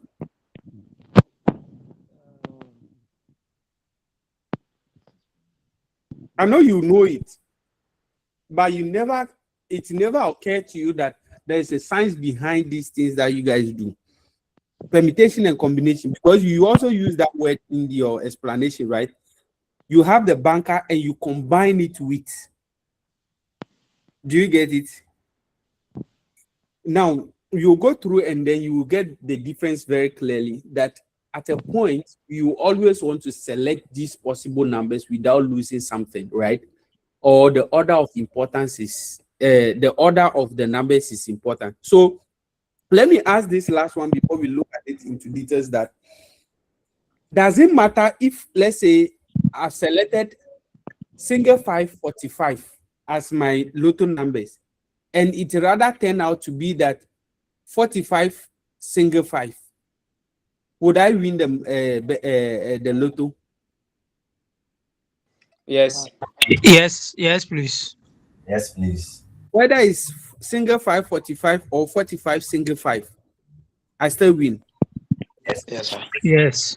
But in the Lotto aspect, they arrange the smaller numbers before the larger numbers. So it's going to be single 5. Anytime you are sticking it, the smaller number before the larger number. No, that is not the case. But when you are trying to mention the single numbers first, you you have a single number, you mention those one before the larger numbers. Is that what you mean? So like it can be like 45 single 5, or you can just say single 545. Okay. They are all the same. It doesn't matter the one that you mentioned first. All that matters is that the machine should mention that Yes. any numbers are 45 single 5. Yes. So that you can bet like 100,000 on it. I'm sure that you would have stopped school, right? Long time ago. Before, you even go and pay the rest of the school fees for all your colleagues. Okay, so they are things that we've learned or we've been practicing, but sometimes we do not know the basis, right? We will look at some of them. So the fundamental counting principle, we look at the multiplicative one, permutation and combinations, right? So we start by saying that let E1 be and E2 be in 2 events, right? E1 is the event 1 and E2 be in the event 2. So the first event, E1, can occur, let's say, in a certain sample space called M1. That is in M difference of ways, right? And after E1 had occurred, E2 can also occur in M2 different ways. So E1 will occur in M1 different ways, and M2 will occur in M2 different ways, right? Take note of this. Now, the number of ways that the two events can occur is basically what? When you multiply the M1 by M2, which means that the number of ways that both events can actually occur will be the total of what? M1 times M2. That is the multiplicative rule, right? That is the multiplicative rule to saying that, okay, if A can occur in 5 possible ways and B can occur in only 2 possible ways, then the number of possible ways A and B can occur is what? 5 times 2. I'm taking it again. If event A can occur in 7 different ways, right? 7 different ways. And event 2 can occur in, let's say, 10 different ways. Then the number of ways through which A and B can occur will be what? The 7 times 10. I hope you get that. That is the multiplicative rule. Now, in general sense, we always state that the probability of any sequence of independent events is simply the product of the corresponding probability, right? So it basically will mean that there are P ways to doing one thing. And that is the beauty about everything. There are multiple ways of killing a cat, right? So does it also that there are many ways of doing one thing. Now, Q ways to do another things, then if there are Q ways of doing another one and there are P ways of doing one thing, then the total number of ways of doing P and Q will be what? The P times Q ways to do both of the things. And that is basically what we are saying. So it means that the probability of E and probability of F will be the probability of what? Or the intersection of what? P and F, which is basically the probability that E times the probability of F. Given that if E and F are independent, or what we call the mutually what? Exclusive events. So if E and F are mutually exclusive, they are not going to occur at the same time. Means that if one occurs, the other will not occur. That is a mutual exclusivity, right? If that is the case, then it means that the multiplicative rule suggests that the probability of E times the probability of B, E and then times the probability of F will also be equals to the probability of E intersection, probability of what? F. That is what it means. Now, the second bit of it is when we are looking at the probability of E and F being the intersection of the probability of the E intersection F. Now, in the sense that the probability of F is given that E is going to occur. So it means that if you are selected or you have seen that the probability of the first one had already occurred, then it means that the next observation would be minus the first one that had occurred. For example, if you put a lot of 11 bags, black balls in a bag, and you want to select the first individual will have lower chance of selecting if you are doing it without replacement, right? Because you have to select from 11. But after selecting from the 11, the next individual will have to select only what? From 10, no more what? 11. The next person will now select from 9. The next one will select from what? 8, and in that order. So you can see that the probability of each of these individuals selecting from it will always be different. Why? Because they are always doing that probability, given that something else has already occurred. That is why the probability of F, given that E had already occurred. Now, let's take a typical example for the multiplicative one. So we say that what? Suppose 30 true or false questions are given to you, student. 22% of them had or selected true, and it's false. Now the total is the 30, right? Now, if two of these students or two of you are randomly selected, the question now becomes find the probability that the student selected true and then secondly selected what? False.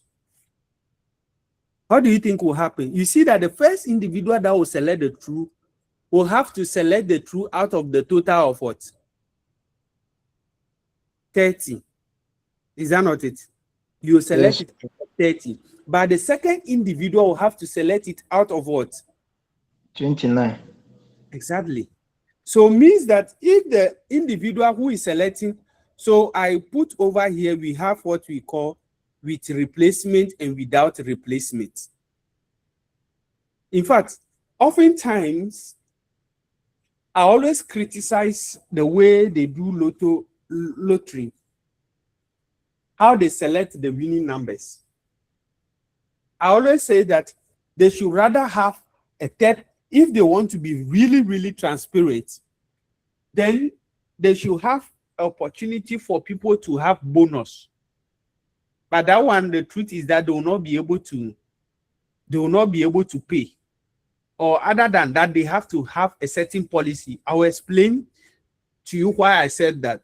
You see that what the National Lottery is doing is that they want to make sure that every number 1 to 99 have equal chance of being selected, right?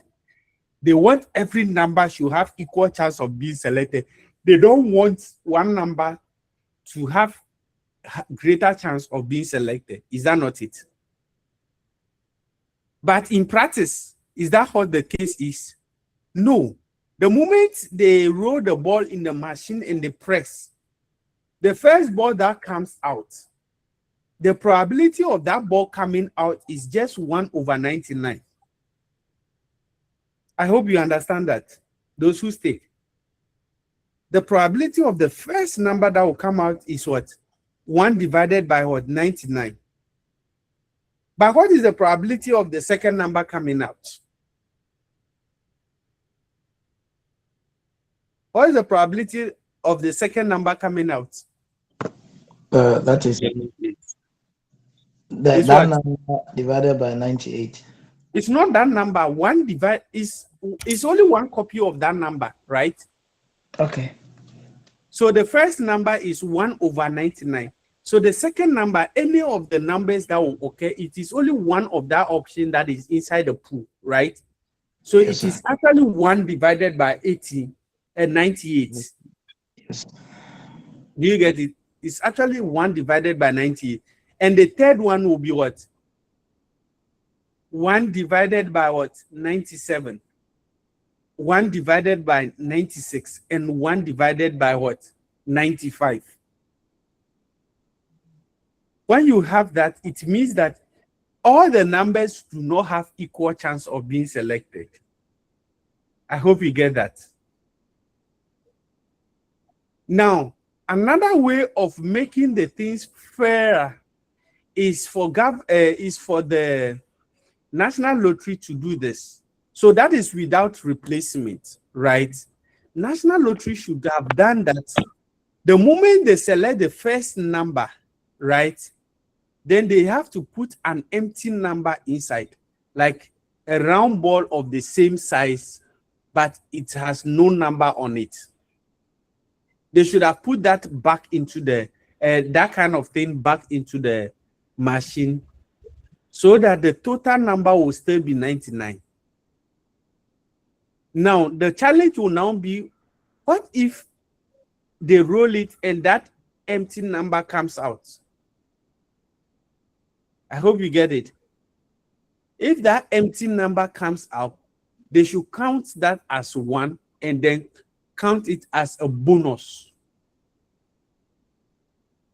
So that if you stick any number at all and nothing, means that once that number appeared in your, you should be able to win something, or better still, they should refund your money to you. Are we clear with that? Now, having that as a background, you can see that it becomes very easy for you to calculate these probabilities.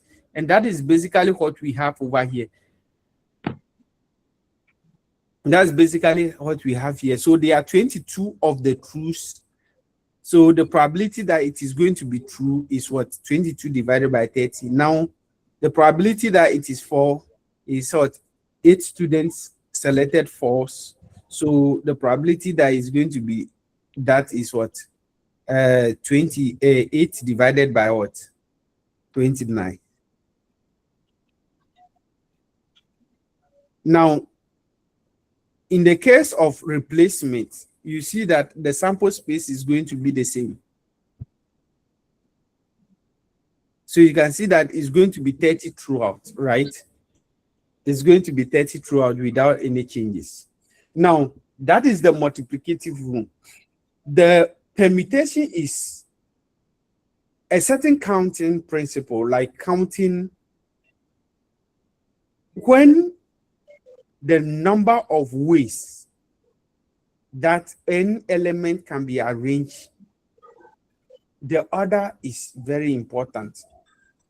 I'll take this. So for permutation, when you perm, right? For permutation, the order of the numbers is very important. An ordering of elements is always called permutation, right? When you are ordering numbers, it's always called permutation. So a permutation of n different elements is an ordering of the element such that one element is first, one is second, then one is third, one is fourth, and in that order. So it means that one is first, second, third, in the other like that, right? In that case, we say that what? The number of ways, the number of possible ways that those elements are arranged should be in a certain order. Now, how many permutations of the following letters are possible? How many times can we order these numbers? Can somebody guess, or can somebody tell us the number of times that we can perm these numbers, these letters?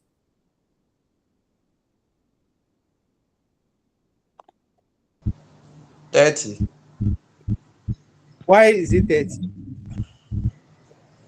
So the first one, if you pair A throughout, you get 5, and then the alphabets are You say it how? like AB, it will be 1, AC will be 2, AD will be 3, AE. In that case, I did not tell you whether you are picking two numbers at the time, two letters at the time. Do you get it? Okay.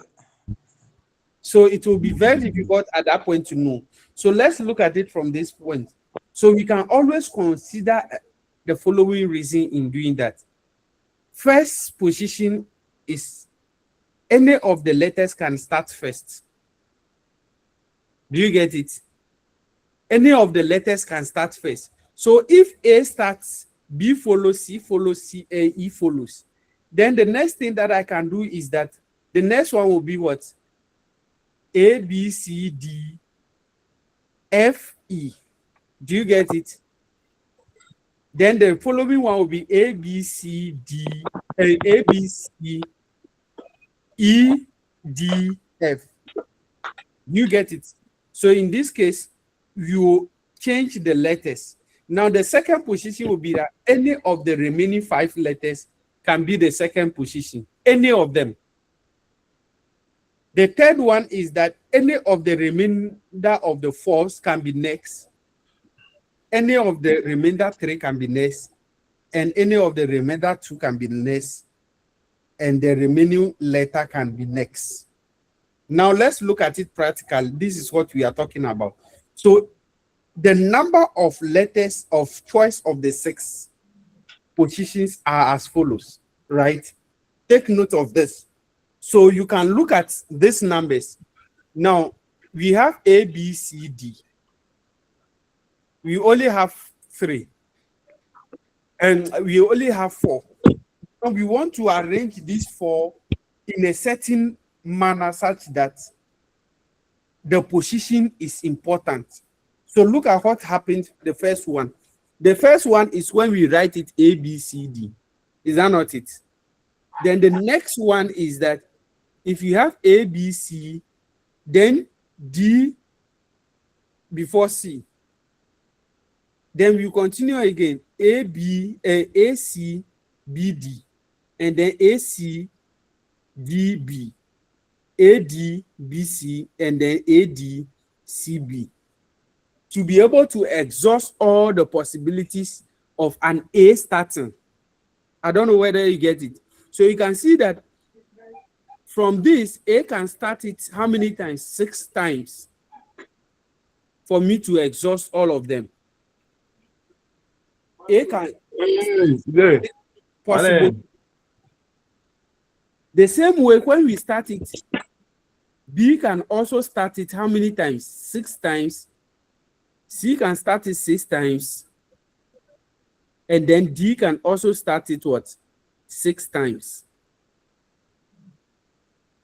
It is the number of permutations that we are. So in that case, you can see that from this one, if you want to do it, you can have so many, so many.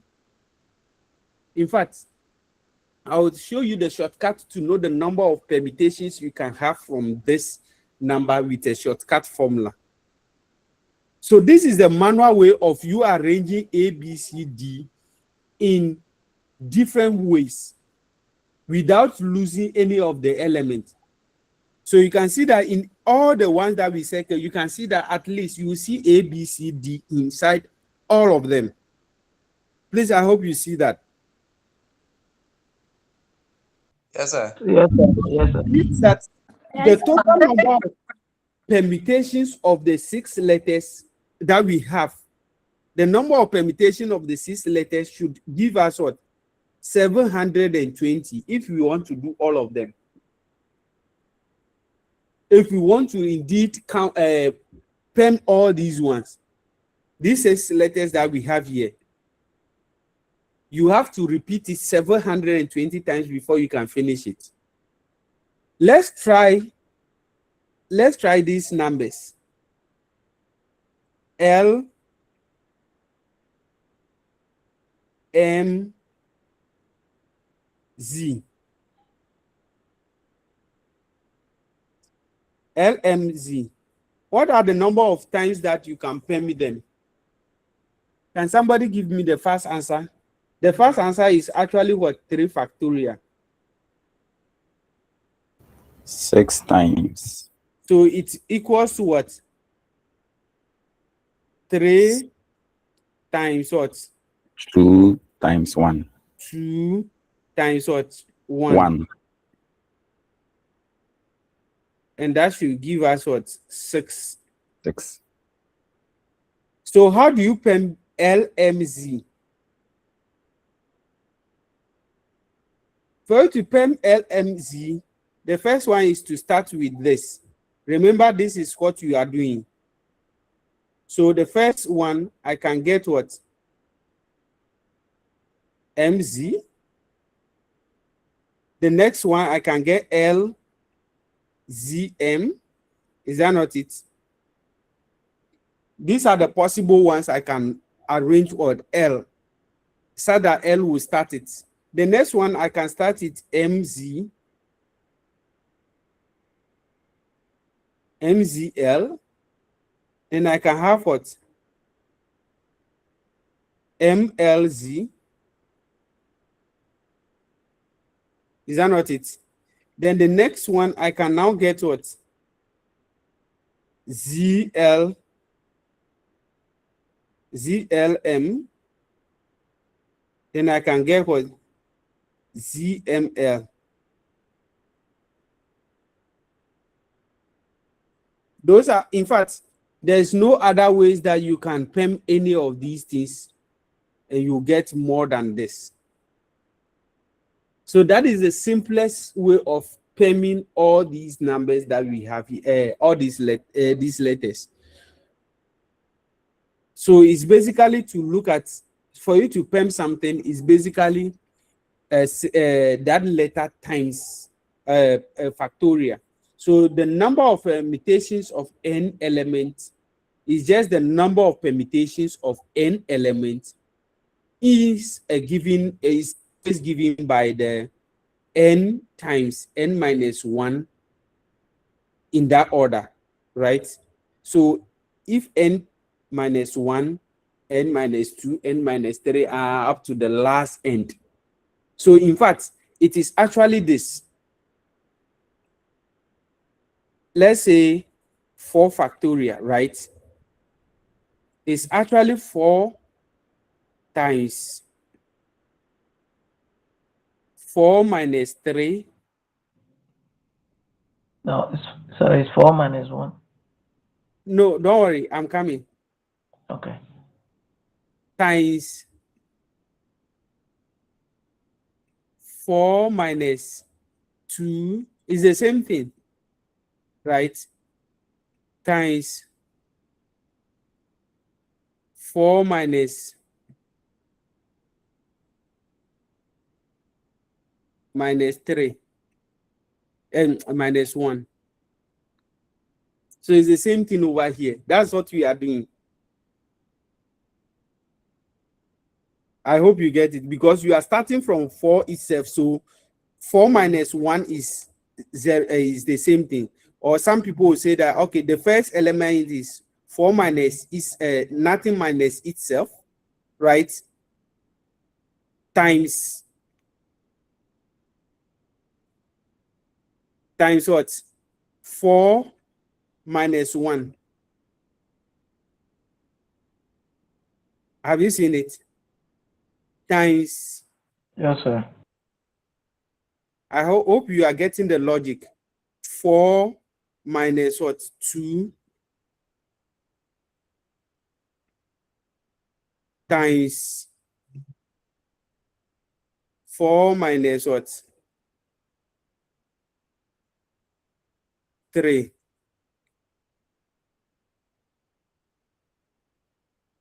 So it's the same as to saying that what? 4 times 3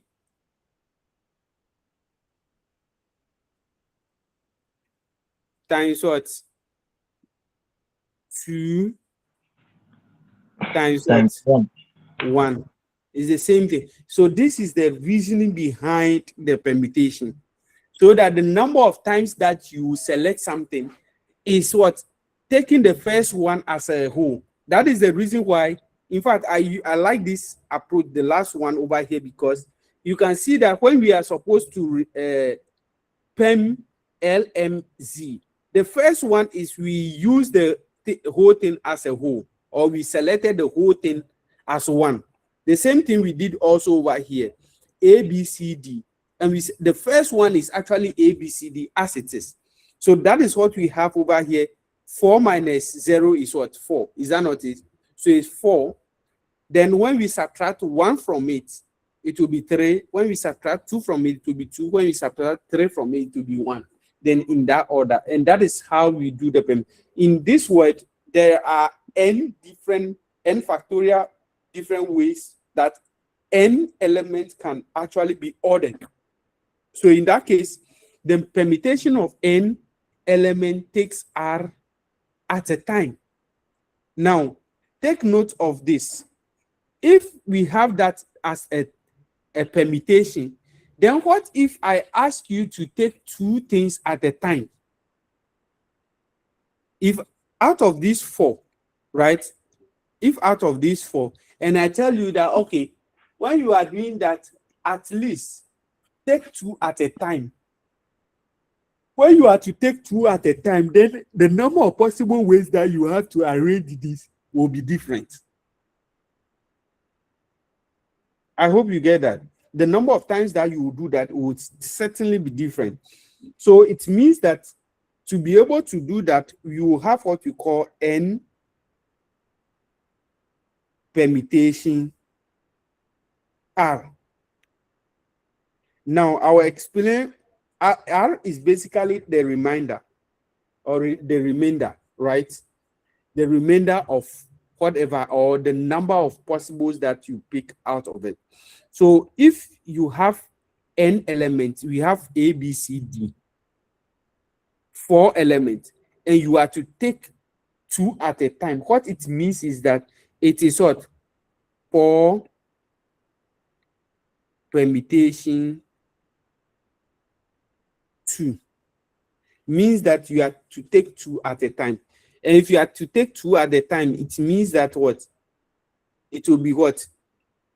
2, it's basically equals to what? Of course, this same thing is basically to saying that what is n factorial, which is the 4 factorial, right?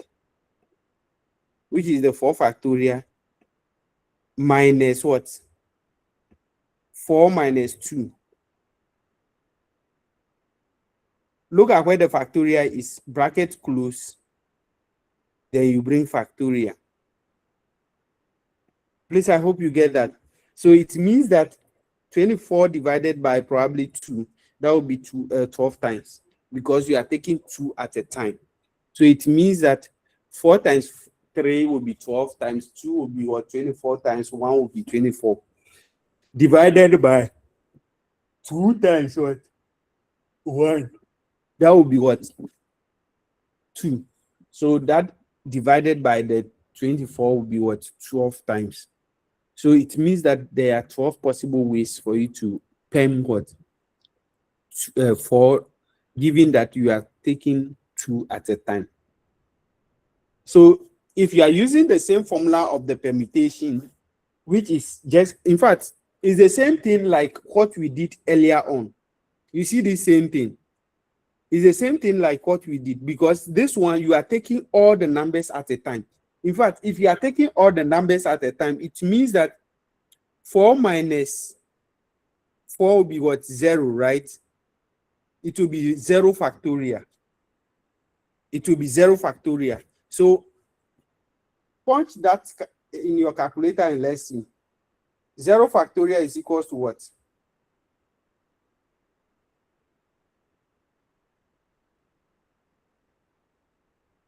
What is 0 factorial? You see that 0 factorial is equals to 1. Is that not it? Hello? Have you seen that 0 factorial is equals to 1, Yes, right? yes, So yes, 1. if you have 4 factorial divided by 4 factorial, and or you have 4 numbers or 4 letters, and you are to perm them, taking the 4 at a go. Taking the 4 at a go. It means that it is actually what? 4 factorial divided by what? 0 factorial. 0 factorial. That is it. Divided by, in fact, divided by 4 minus 4. Is that not it? Yes, sir. 4 minus 4 factorial. It will be 4 24. minus 4 factorial will be what? 4 factorial divided by 0 factorial.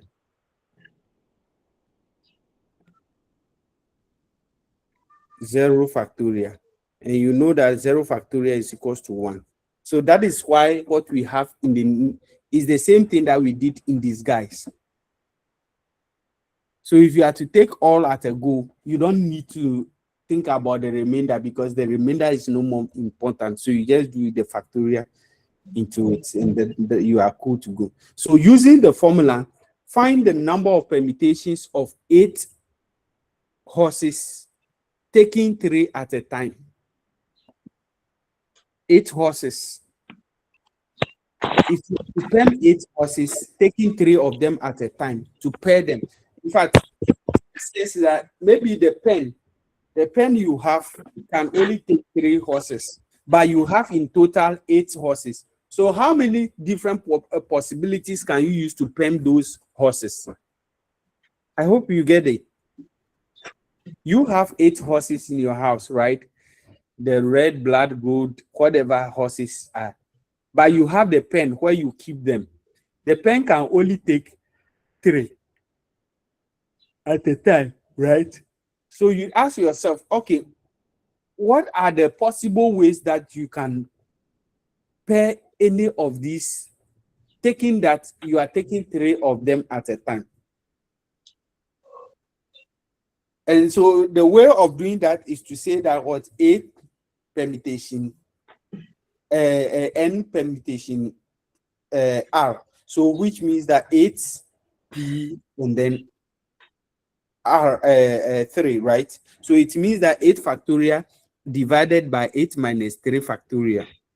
That way, it means that at the end of the day, you get the 8 factorial divided by what? 5 factorial. And that should give us 336. 3 what? 6. 6. I did not calculate. So everybody can try and do that. That's 8 factorial. 8 factorial, right? 8 factorial will be what? 40,320, right? 40,320. That divided by what? 120. 5 factorial, which is 120. And that should give us 336. That should give us 336 different ways of doing it. So if you are a horse farmer or kind of something like that, and you want to combine them, you have a big task to do. You can do it in so many ways. You can do it in so many different ways. You can do it in so many different ways. So distinguishable permutations. Suppose that there's a set of n objects, and suppose there's a set of n objects which has n1 of one kind of object and n2 of the second kind and n3 of the third kind, and in that order. Then we will always say that then the number of distinguishable permutations of the n object is always given by this number, right? So that is multiplying by each of them. And so that is the same similar thing that we have done over the period. So let's say, for example, we have banana, right? So how many distinguishable ways can the letters in banana be written? So you can see that banana, B is only 1. Is that not it? The Yes. first one is that how many elements are in this banana? 6, sir. There are 6, right? How many B's are there? 1, How many A's are there? 3, And how many N are there? 2. So it will be that 6 factorial divided by what? 1 factorial times what? 2 factorial times what? 3 factorial. Where the 1 factorial is what? The B, right? The 2 factorial will be what? N, and the N are 2, and then the A factorial will be what? 3. And so basically this is what we have. So it means that the word has 6 letters, of which 3 is 2 and then what? 1 is a B. So the number of distinguishable ways in which the letters can actually be written is what? Is, in fact, which means that you can actually write it in what? 30 times 4 is what? 120 different ways. No, 120 divided by 2. That will give us what? 60. 120. 60. 60. So do the calculation and see whether you get a 60.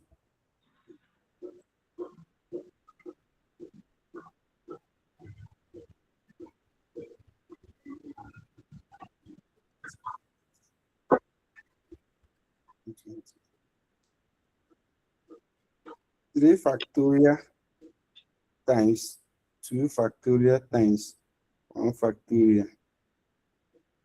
That will give you 12, right? So 720 divided by 12. Answer is the same thing, 60. Please let me tell you one tricky thing about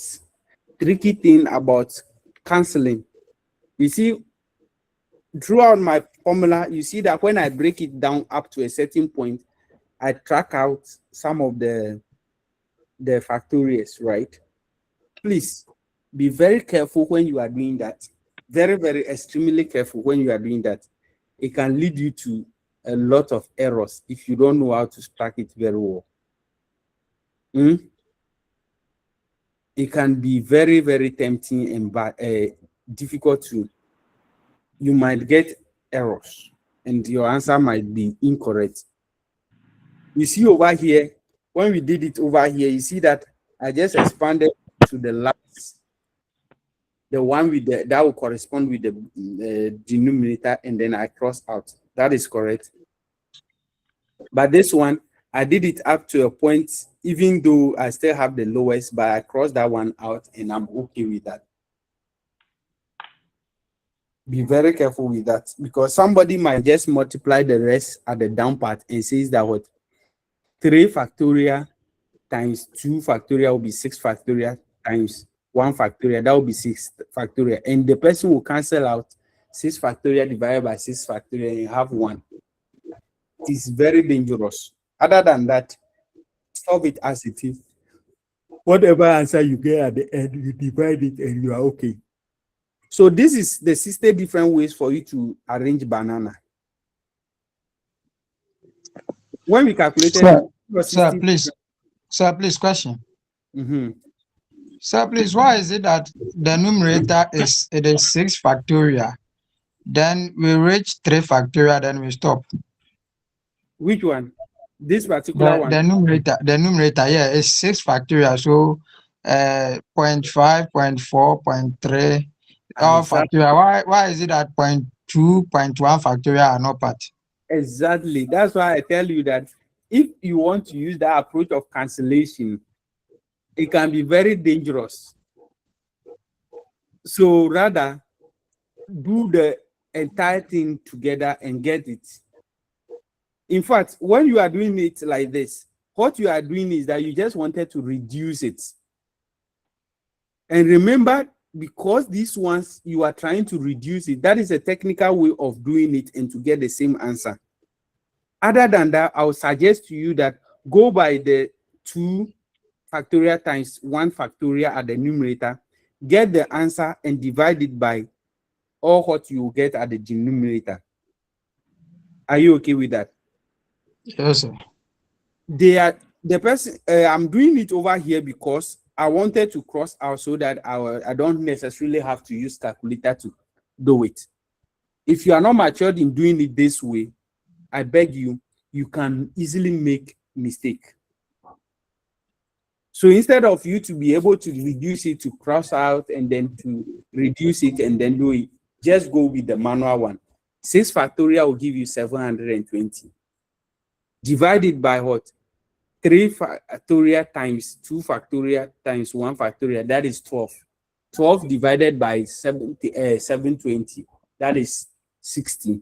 You are cool to go. Now, the 60 different ways that the banana can be written, taking 3 at, taking what? Taking 1, giving that 1B, 2N, and then 3A's. This is what you can do. So look at what we have started with first. So you can see that the first one is when I use all the A's together. When I use all the A's together, when I use all the A's together, it's only 3. So when I use the A together, I can have something. I can select two B's. One, I can use the B at the first instance and order the rest. I can use the one N and the next one will be B and the next one will be N again. I can use the N and B. That means I have selected the first one that 3 A's will be used at the first instance.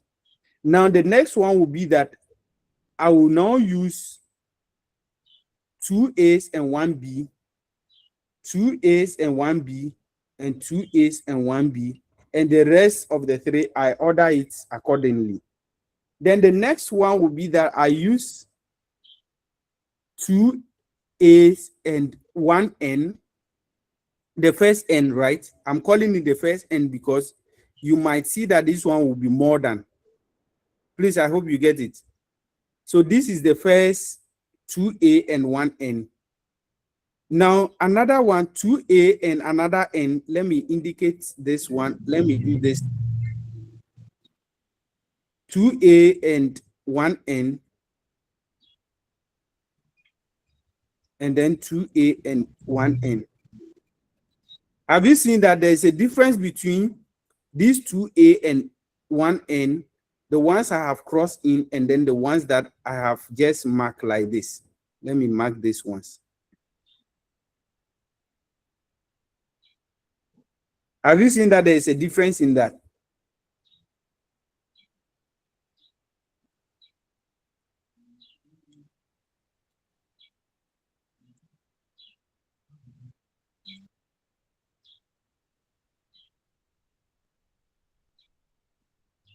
Please, I don't know whether you are following.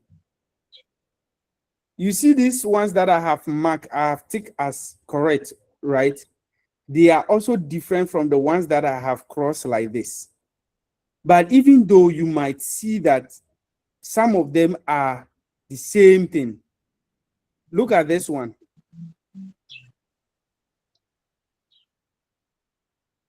The AAN, the AAN BNA, AAN BNA. You see that that one also is, even though it is not, it is similar to the other one, but it's still unique across all. In fact, you can always do this. In fact, maybe one thing I will try and do is that I will one day ask, maybe, don't you think that writing this permutation in an exam will be good? We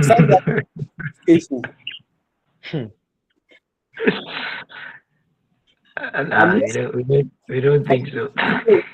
I know some people will cancel it so many times that before they might get it correct, or they'll write it and repeat some of them. There's a trick in writing it. There's a trick in writing it. The first one is just to hold the number of ones that you are combining and then go with the others. That's all. And when you are changing it, change it logically, such that you can remember the logic in which you are using to what? Change them. And that way you will be fine. Hey, we are supposed to end at 11. Yes, sir. That is what I'm coming to prompt you.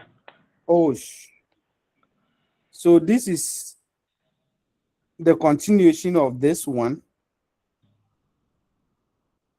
You see that these are the so maybe the next time that we will meet, we will continue with the combination and end the combination. I think the combination should not be that much. Yes. Oh, so it means that we are only 2 slides away or 3 slides away. So go and pounce on that one, right? When we come back next week, we will do the combination as well. I hope that is fair. I've already taken your 20 minutes. It's because you didn't come early and we have to switch. So forgive me, right? All right. Please hold your questions, and then when we meet next week, you ask them and then we proceed from there, okay? All right. Thank you so much. Thank you, sir.